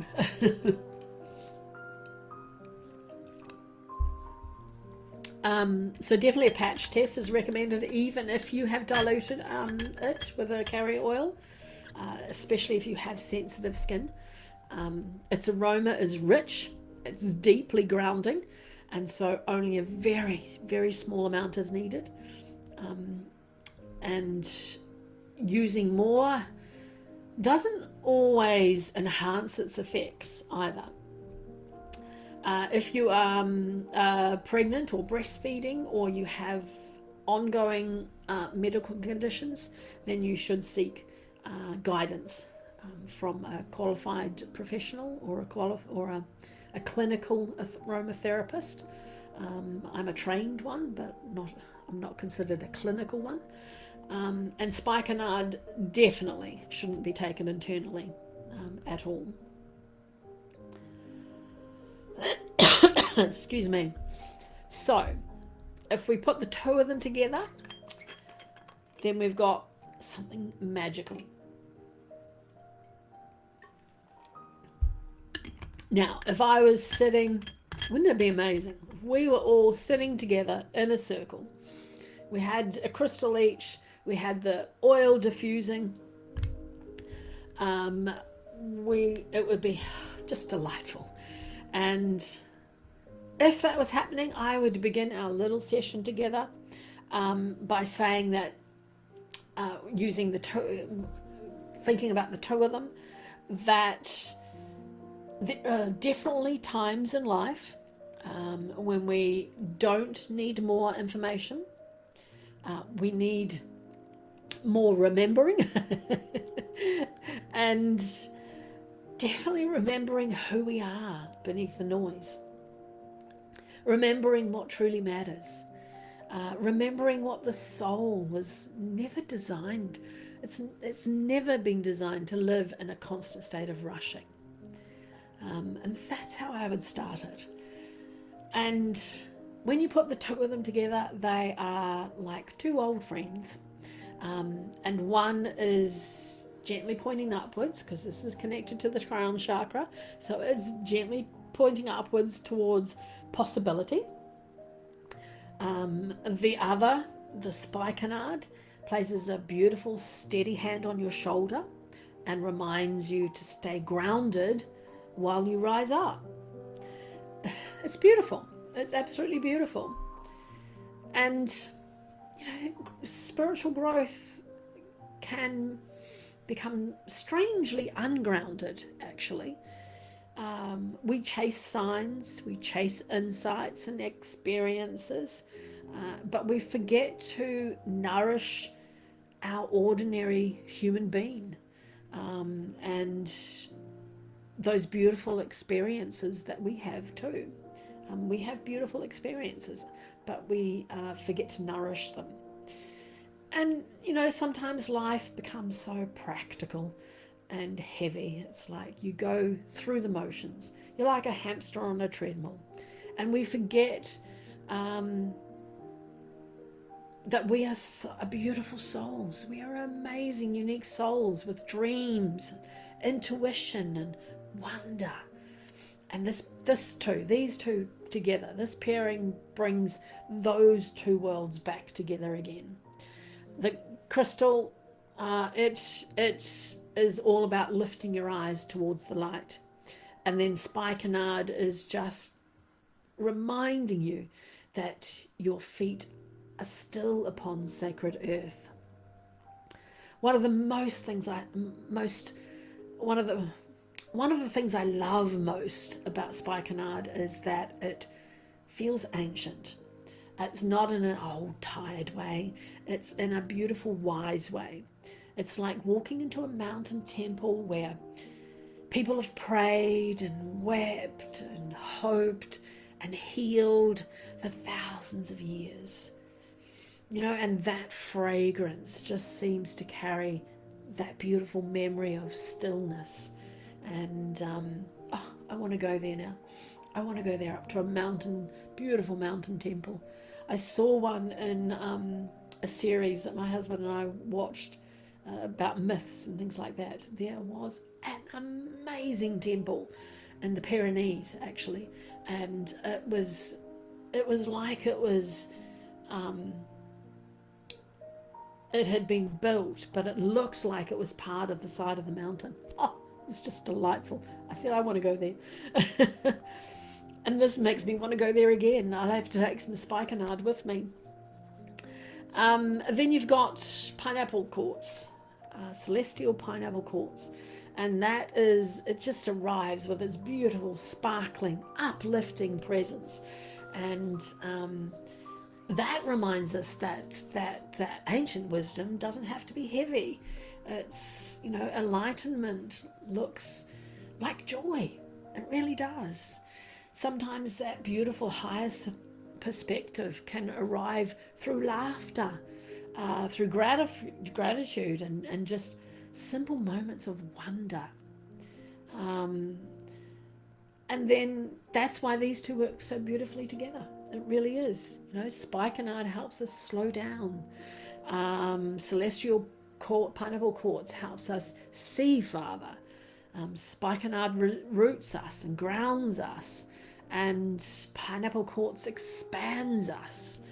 Spikenard says, be here right now. And celestial quartz just says, well, remember how vast you truly are.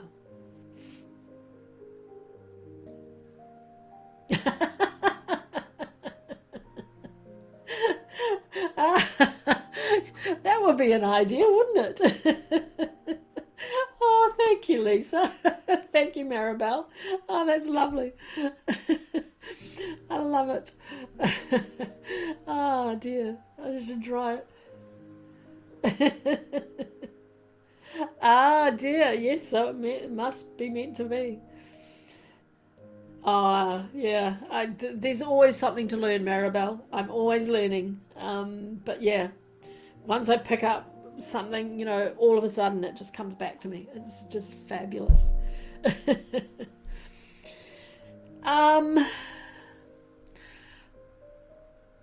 I would, when I put these two together, I was imagining lanterns, hanging at the entrance of a beautiful mountain path.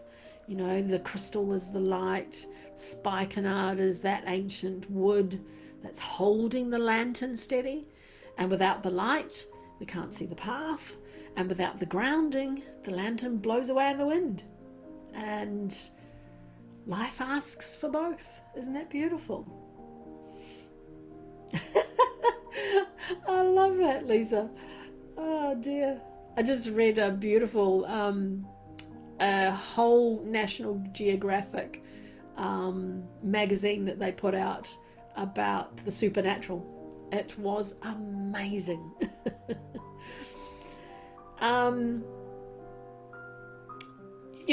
If I was to ask you, what would you change if you stopped trying to become someone else and simply became more deeply yourself?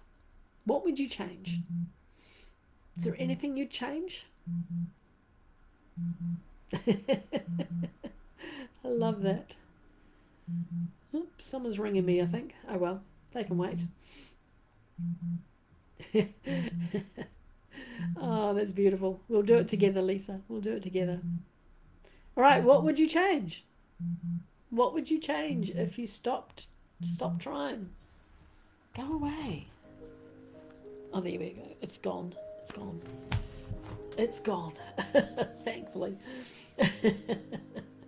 No, no. At least my phone's on silent, but it stops the music because my phone's connected to it's playing the music through the speaker.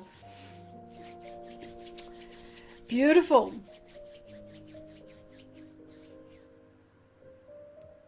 Exactly. If you're being you, there's nothing to change. Exactly. I love that, Jen. And that is the heart of this pairing, if you're being, go away. End. Stop. Leave alone.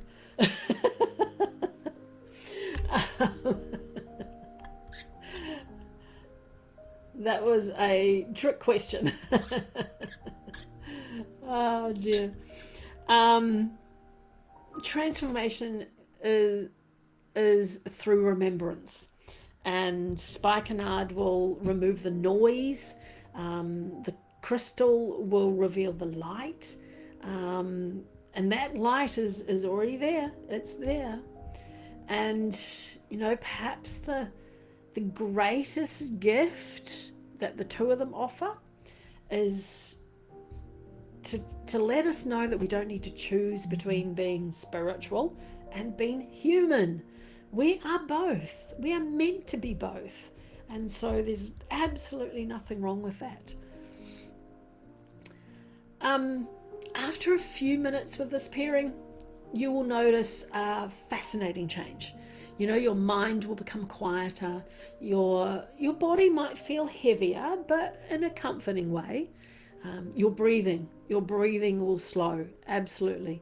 And you won't even notice it. It's just a natural slowing of the breath. But at the same time, your awareness will become clearer and much more spacious. And it's almost like Spikenard is dimming all that unnecessary noise, like the phone. and celestial quartz just turns up that inner light. People often describe, when they put the two of them together, of feeling deeply grounded, but also uplifted as well. And it's like sitting beneath a star-filled sky with your back against an ancient tree. Oh, how wonderful would that be, just to sit there and just watch, especially at the top of a mountain, and just an ancient tree at the top of the mountain, and to watch the beautiful celestial sky above you. Oh, wouldn't that be just fabulous?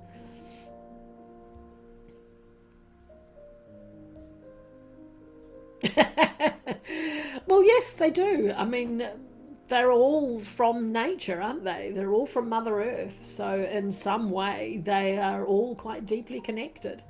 And but they all have their uniqueness as well. So yeah. So I have created blends, and I did them a wee while ago, and then completely forgot to put them on the link tree again. I don't know why I keep forgetting. But I have got a beautiful one with Spikenard and Karma. This one I used jojoba and sweet almond oil. So more jojoba and less of the sweet almond oil. And that seemed to work quite nicely with the Spikenard. But in that one, I also added, so this is a body blend, so a nice body moisturizer. And in that one, I had frankincense, cedarwood, and sweet orange. It's beautiful, beautiful. And it is just absolutely beautiful. And make sure you always put your crystal beside it, because you need to leave all these blends to last before you use them, to permeate and steep and blend beautifully for about 24 hours. So leave your crystal beside it. Yeah. At NPR, I'm not sure what that is, but yes. Oh, yes. Interesting, eh? Then I did a face serum. Face serums are a little bit different. I use both, so I put the serum on first and then the oil on top. Okay. Very good. What do we call it here? Can't remember what we call it here. So in that is also jojoba, but it's got rosehip in it. And then it's got the camellia oil, which I was talking about, Karma, as well, in there. And then the Spikenard, always only need about a drop for this. These are like 50ml bottles I'm talking about when I create these. And blue tansy was wonderful in this particular blend. Beautiful. And you put that on, close your eyes and massage that into your face. Take slow deep breaths and imagine that golden light just descending through your crown chakra, and it will set you up beautifully for the day. I also did a face toner. I don't think I've done a face toner with you guys before. It is very cooling and balancing. And so in that one, I've got rose hydrosol. I've got frankincense hydrosol. That is a little harder to get. If you can, it is beautiful. And chamomile hydrosol. And then you use distilled water and a bit of vegetable glycerin. So that is optional, but it does help to bind the oils together a bit more. And then you mist that over your face. So it is just lovely. So it has the essence of the spikenard in that one, but no spikenard in that one, just the hydrosols. And if you wanted to do a hydrosol spray that you don't spray on your face, then, which I use for spraying around, I do it spraying around in here before I start spraying around your rooms, your sanctuaries, and that, so again, frankincense hydrosol and rose hydrosol, then distilled water again, then a vegetable solubilizer, the vegetable solubilizer, I can't say my words today. You don't need to use the solubilizer in the toner if you're not going to add oils. You can add oils to it in the face toner, and you can add oils, that's fine, but you definitely need the solubilizer, I can't say it, in that as well. And if you're going to use a hydrosol spray, I always use a solubilizer. I often actually, if I don't have one, I will use something like vodka or brandy, and that just wraps up the essential oils and stops them from separating when you're spraying it around. And so spray your room when you're meditating, when you're journaling, when you're doing yoga or anything like that. Beautiful for that. And then I've got a mala blend as well. I have my beautiful one somewhere over there. And this has got fractionated coconut and spikenard, and frankincense and sandalwood. That is beautiful. And then you rub a little bit in your fingers, and then your beads go through it. And every time you shift bead, you can smell that beautiful aroma. It's fabulous. Then I did a tea. Now this is a tea that encompasses the energy of the two, of the spikenard and the celestial quartz.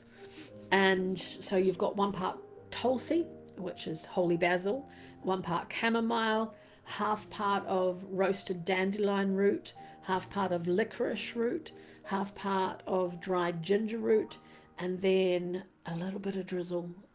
So get a teaspoon of that, put it in your cup, add near boiling water, and then once it's steeped, then add some honey. Oh, beautiful. And I will put those up probably tomorrow now onto the link tree, and you'll have all those beautiful spikenard and celestial pineapple quartz to make some wonderful blends for yourself. Fabulous.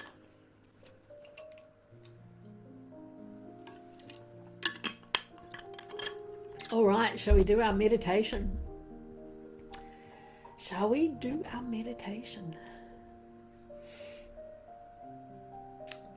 Take us on a journey with celestial pineapple quartz and spikenard. I'm assuming those hearts mean yes.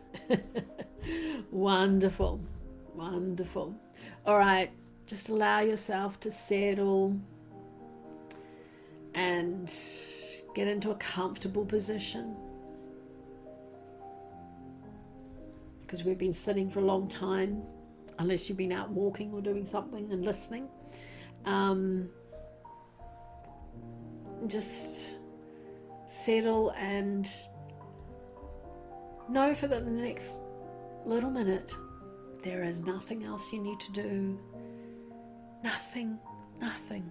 This is your beautiful sacred time. A beautiful pause that's you're gifting to your own heart.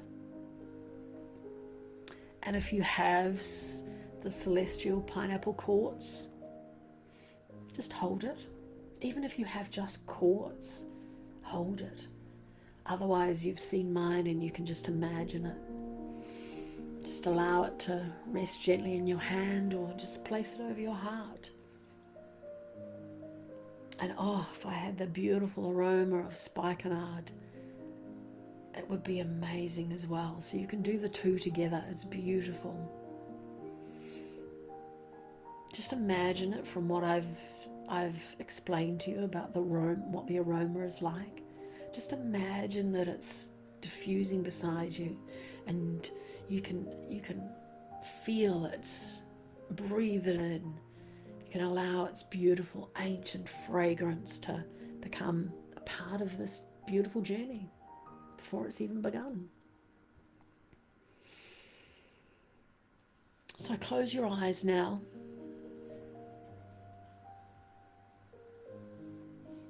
Take one slow, generous breath in. And as you breathe out, just imagine the day slipping from your shoulders like a cloak that you no longer need to wear. And again, breathing in peace.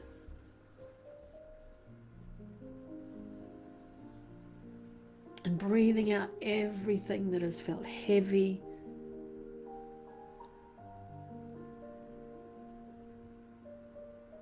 Then one more breath in and out.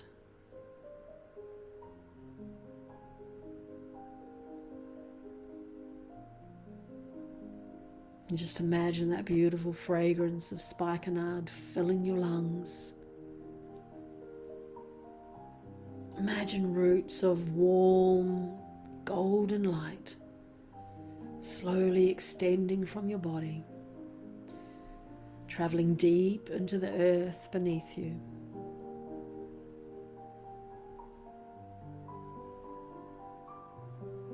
And they move effortlessly through the soil, through the stone and the crystal, and they anchor you with beautiful, quiet strength. You are completely supported, completely safe, completely held, and now above you a golden star begins to shine. It grows brighter with every breath until it becomes a radiant sphere of warm celestial light.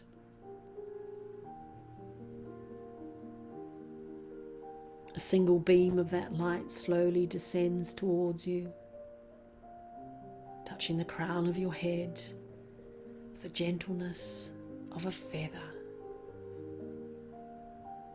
And the moment it does, you feel yourself becoming lighter. Not disconnected, simply freer.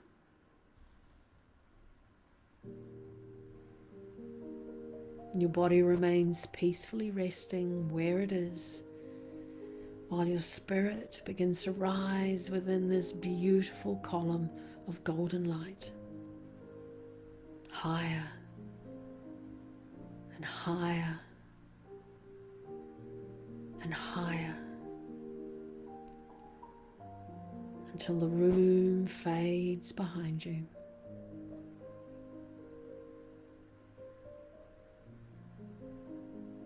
And when the light settles once more, you find yourself standing upon a winding mountain path. The air is wonderfully crisp. The sky is the deepest sapphire blue you have ever seen.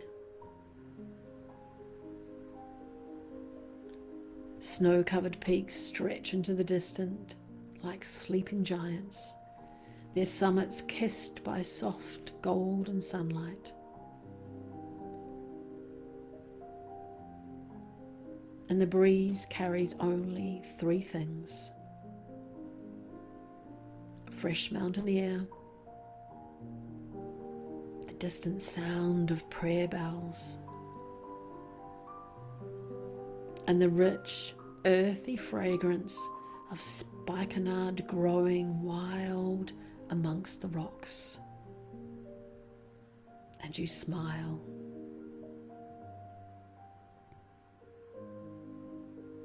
Something inside you already knows this place.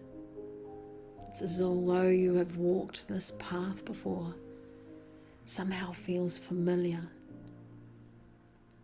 It's like your soul has visited here many times. And you begin walking slowly. Every step feels effortless.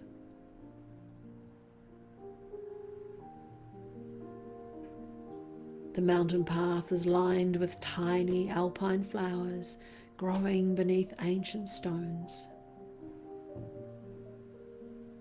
Their colours shimmer almost magically: soft blues, silvers, creams and delicate golds.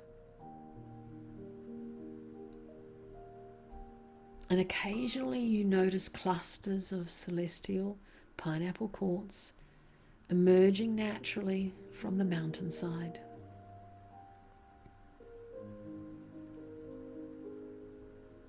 And instead of sparkling sharply, they glow gently from within, like tiny lanterns lighting your way. And you reach out and you lightly touch one. And the crystal feels warm.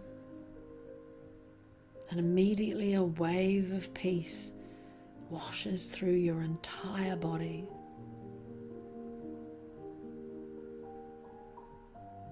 It's not excitement, it's something far deeper. It is remembrance.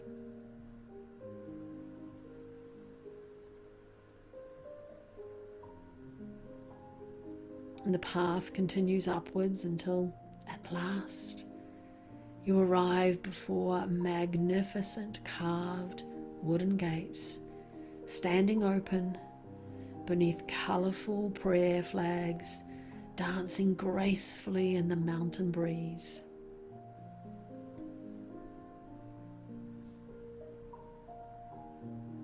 And beyond the gates stand an ancient monastery, unlike anything you have ever imagined.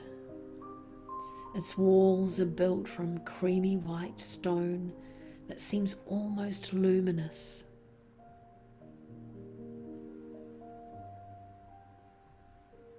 Golden roots catch the morning sun.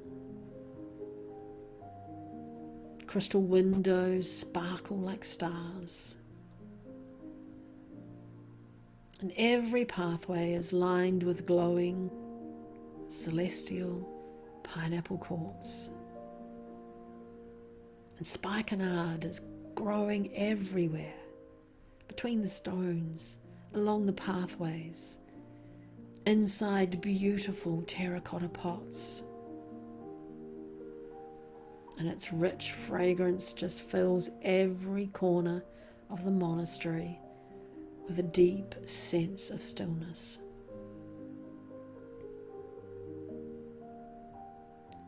And you step through the gates. No one rushes here. Even the birds seem to sing more slowly. And you hear laughter drifting from hidden gardens. And a small fountain trickles softly somewhere nearby.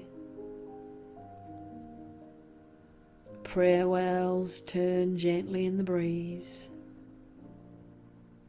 and each one carrying silent blessings into the world.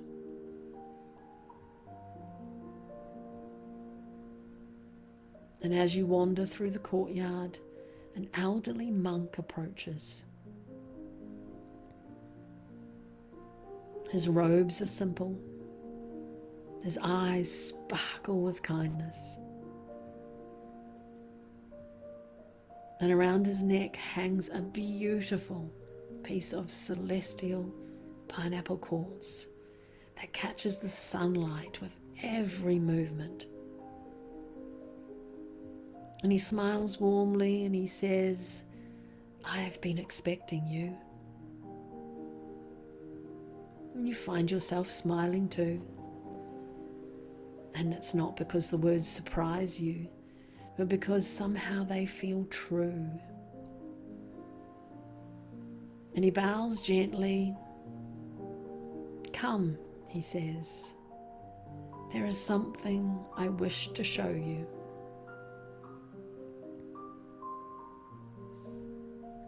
And together you walk through long stone corridors lit by hundreds of tiny crystal lanterns. And each lantern, it contains no flame. Instead, every celestial pineapple quartz glows with its own inner light.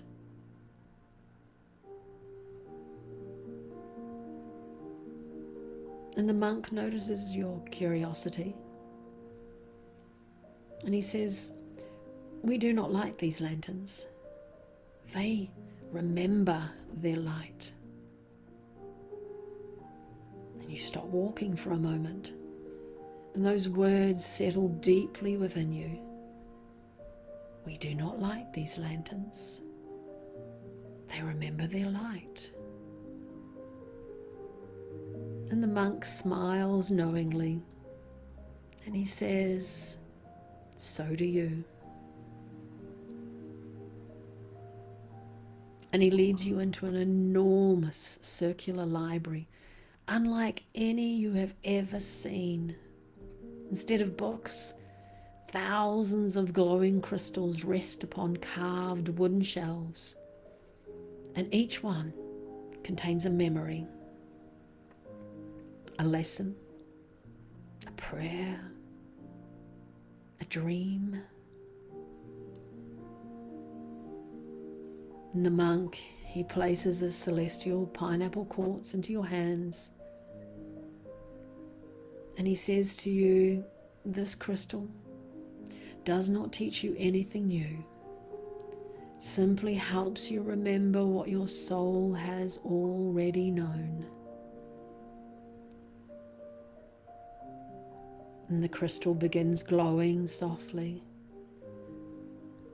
And around you, the library slowly disappears. And instead, you find yourself surrounded by moments from your own life.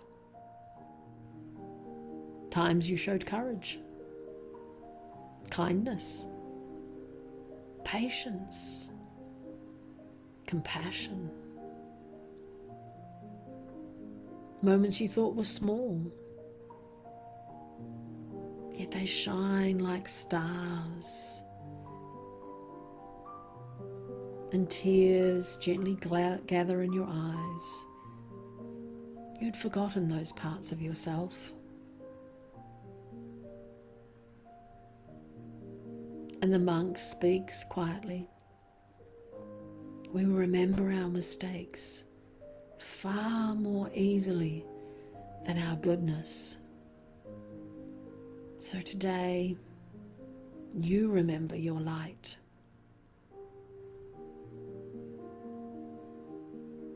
And the vision slowly fades. And once again, you stand beside the beautiful monastery. The monk leads you into a peaceful courtyard where a magnificent ancient cedar tree grows. Its roots disappear deep into the mountain. Its branches reach towards heaven. And around its base grows an entire garden of spikenard. fragrance is extraordinary. Warm, earthy, ancient, almost impossible to describe.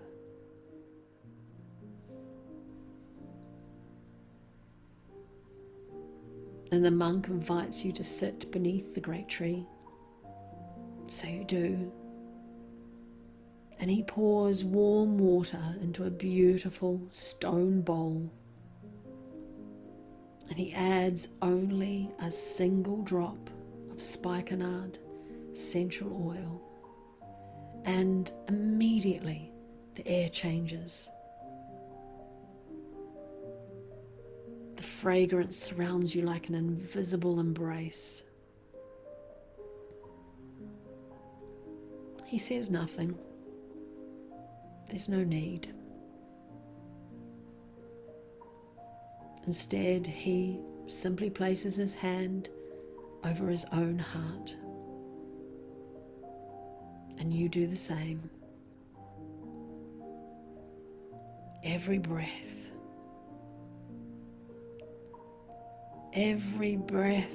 the fragrance seems to travel deeper, and not just into your lungs, into your memories, your worries, your hopes, the places inside yourself that you really visit.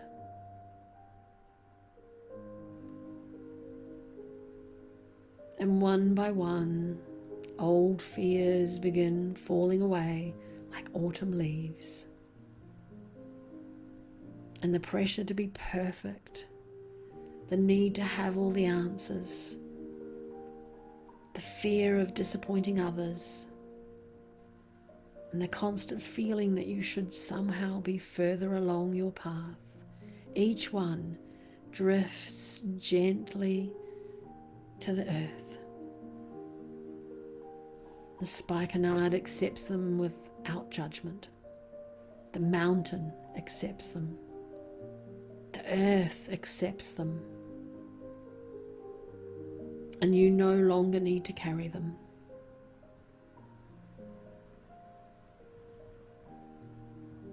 And the monk finally speaks. The mountain has never hurried. The stars have never compared themselves. The cedar has never doubted its worth. So why should you? A beautiful silence follows. Not empty, full.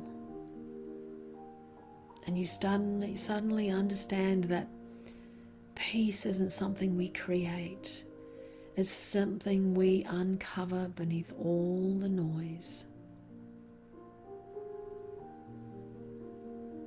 And the monk stands and gestures for you to follow him once more.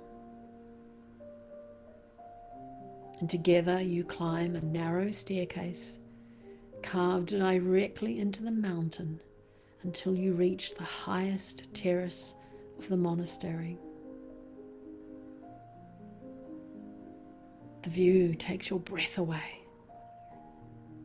Clouds drift below you, and the mountain stretches endlessly toward the horizon. And above you, the sky seems impossibly close. And the monk lifts a magnificent lantern made entirely from celestial pineapple quartz, and it glows with a beautiful, soft, golden light. And he tells you that this lantern has never gone out. It has shone here for thousands of years. And he gently places it into your hands. And the moment you touch it, the light begins flowing into your chest, into your heart, into every cell of your being. And soon, There is no lantern, only light.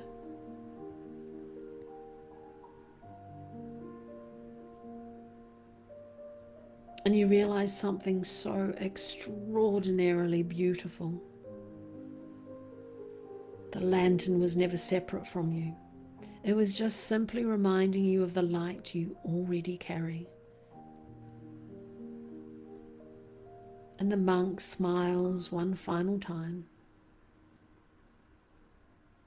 Whenever life becomes noisy, he says, close your eyes. Breathe. The monastery will find you. And you bow with gratitude. The prayer flags dance gently in the breeze.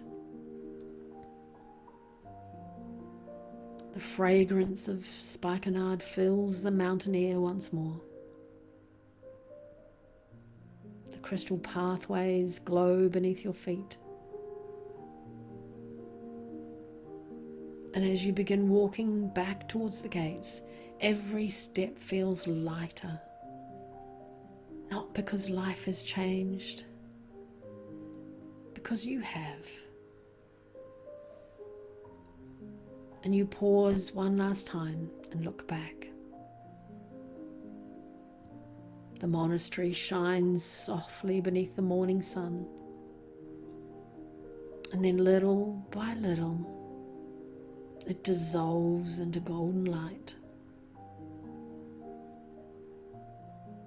The light surrounds you once again, and you gently carries you home.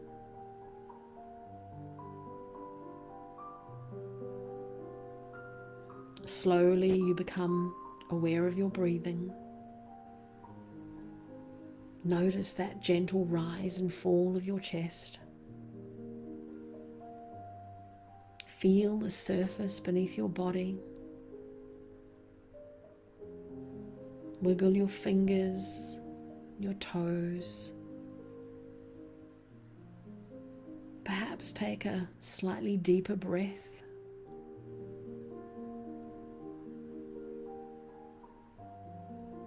And know that that sacred lantern now burns within your heart. And whenever you hold celestial pineapple quartz, whenever that amazing ancient fragrance of Spikenard reaches your senses, whenever you simply choose stillness over rushing, the gates of the mountain monastery will open once again. Its wisdom, its peace, its ancient light will always be waiting.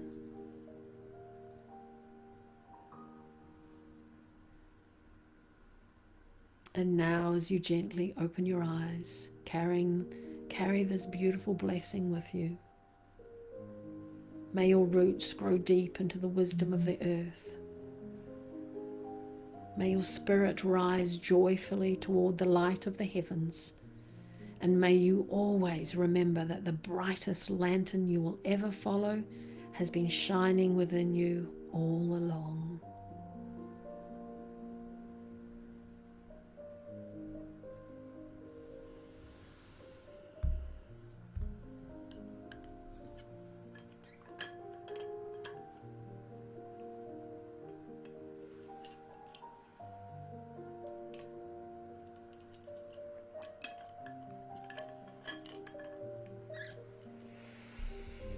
Welcome back.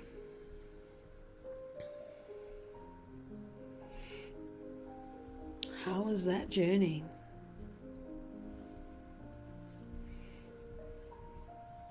Hello, Ranjit.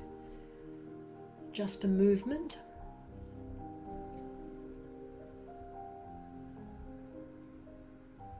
Thank you, Brooke. Thank you so much. Bless your soul. I love it, Maribel. I love that. That is so beautiful. Thank you. So glad that happened for you.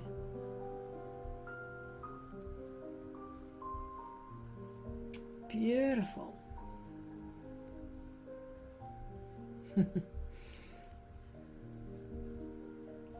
I love it. Maybe you've all gone to sleep. Must be late for a lot of you. I'm pretty sure it must be. Oh, thank you, Jen. Thank you so much. Bless your soul. Beautiful.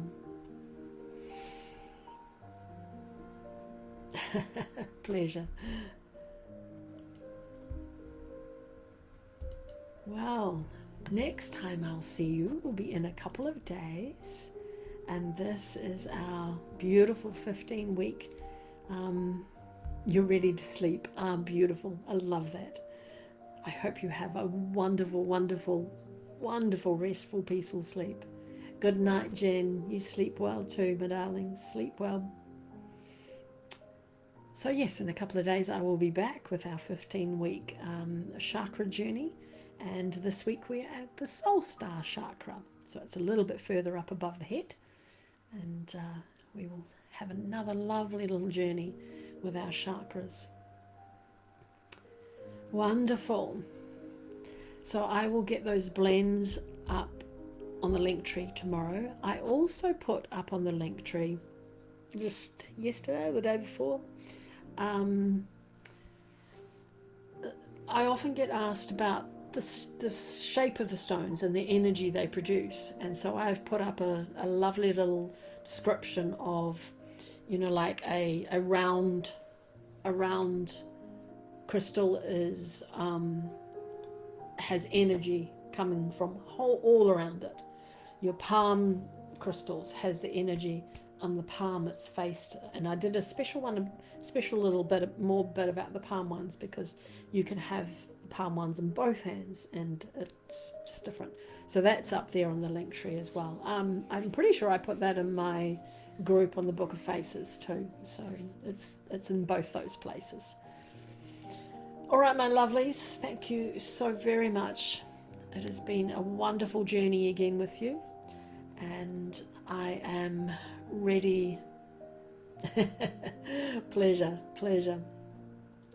And I am ready to go and put my feet up and relax.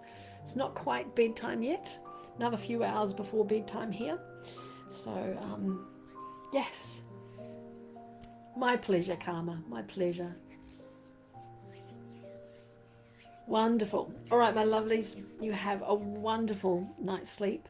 Bless you all, and love to you all, and I'll see you again soon. Bye.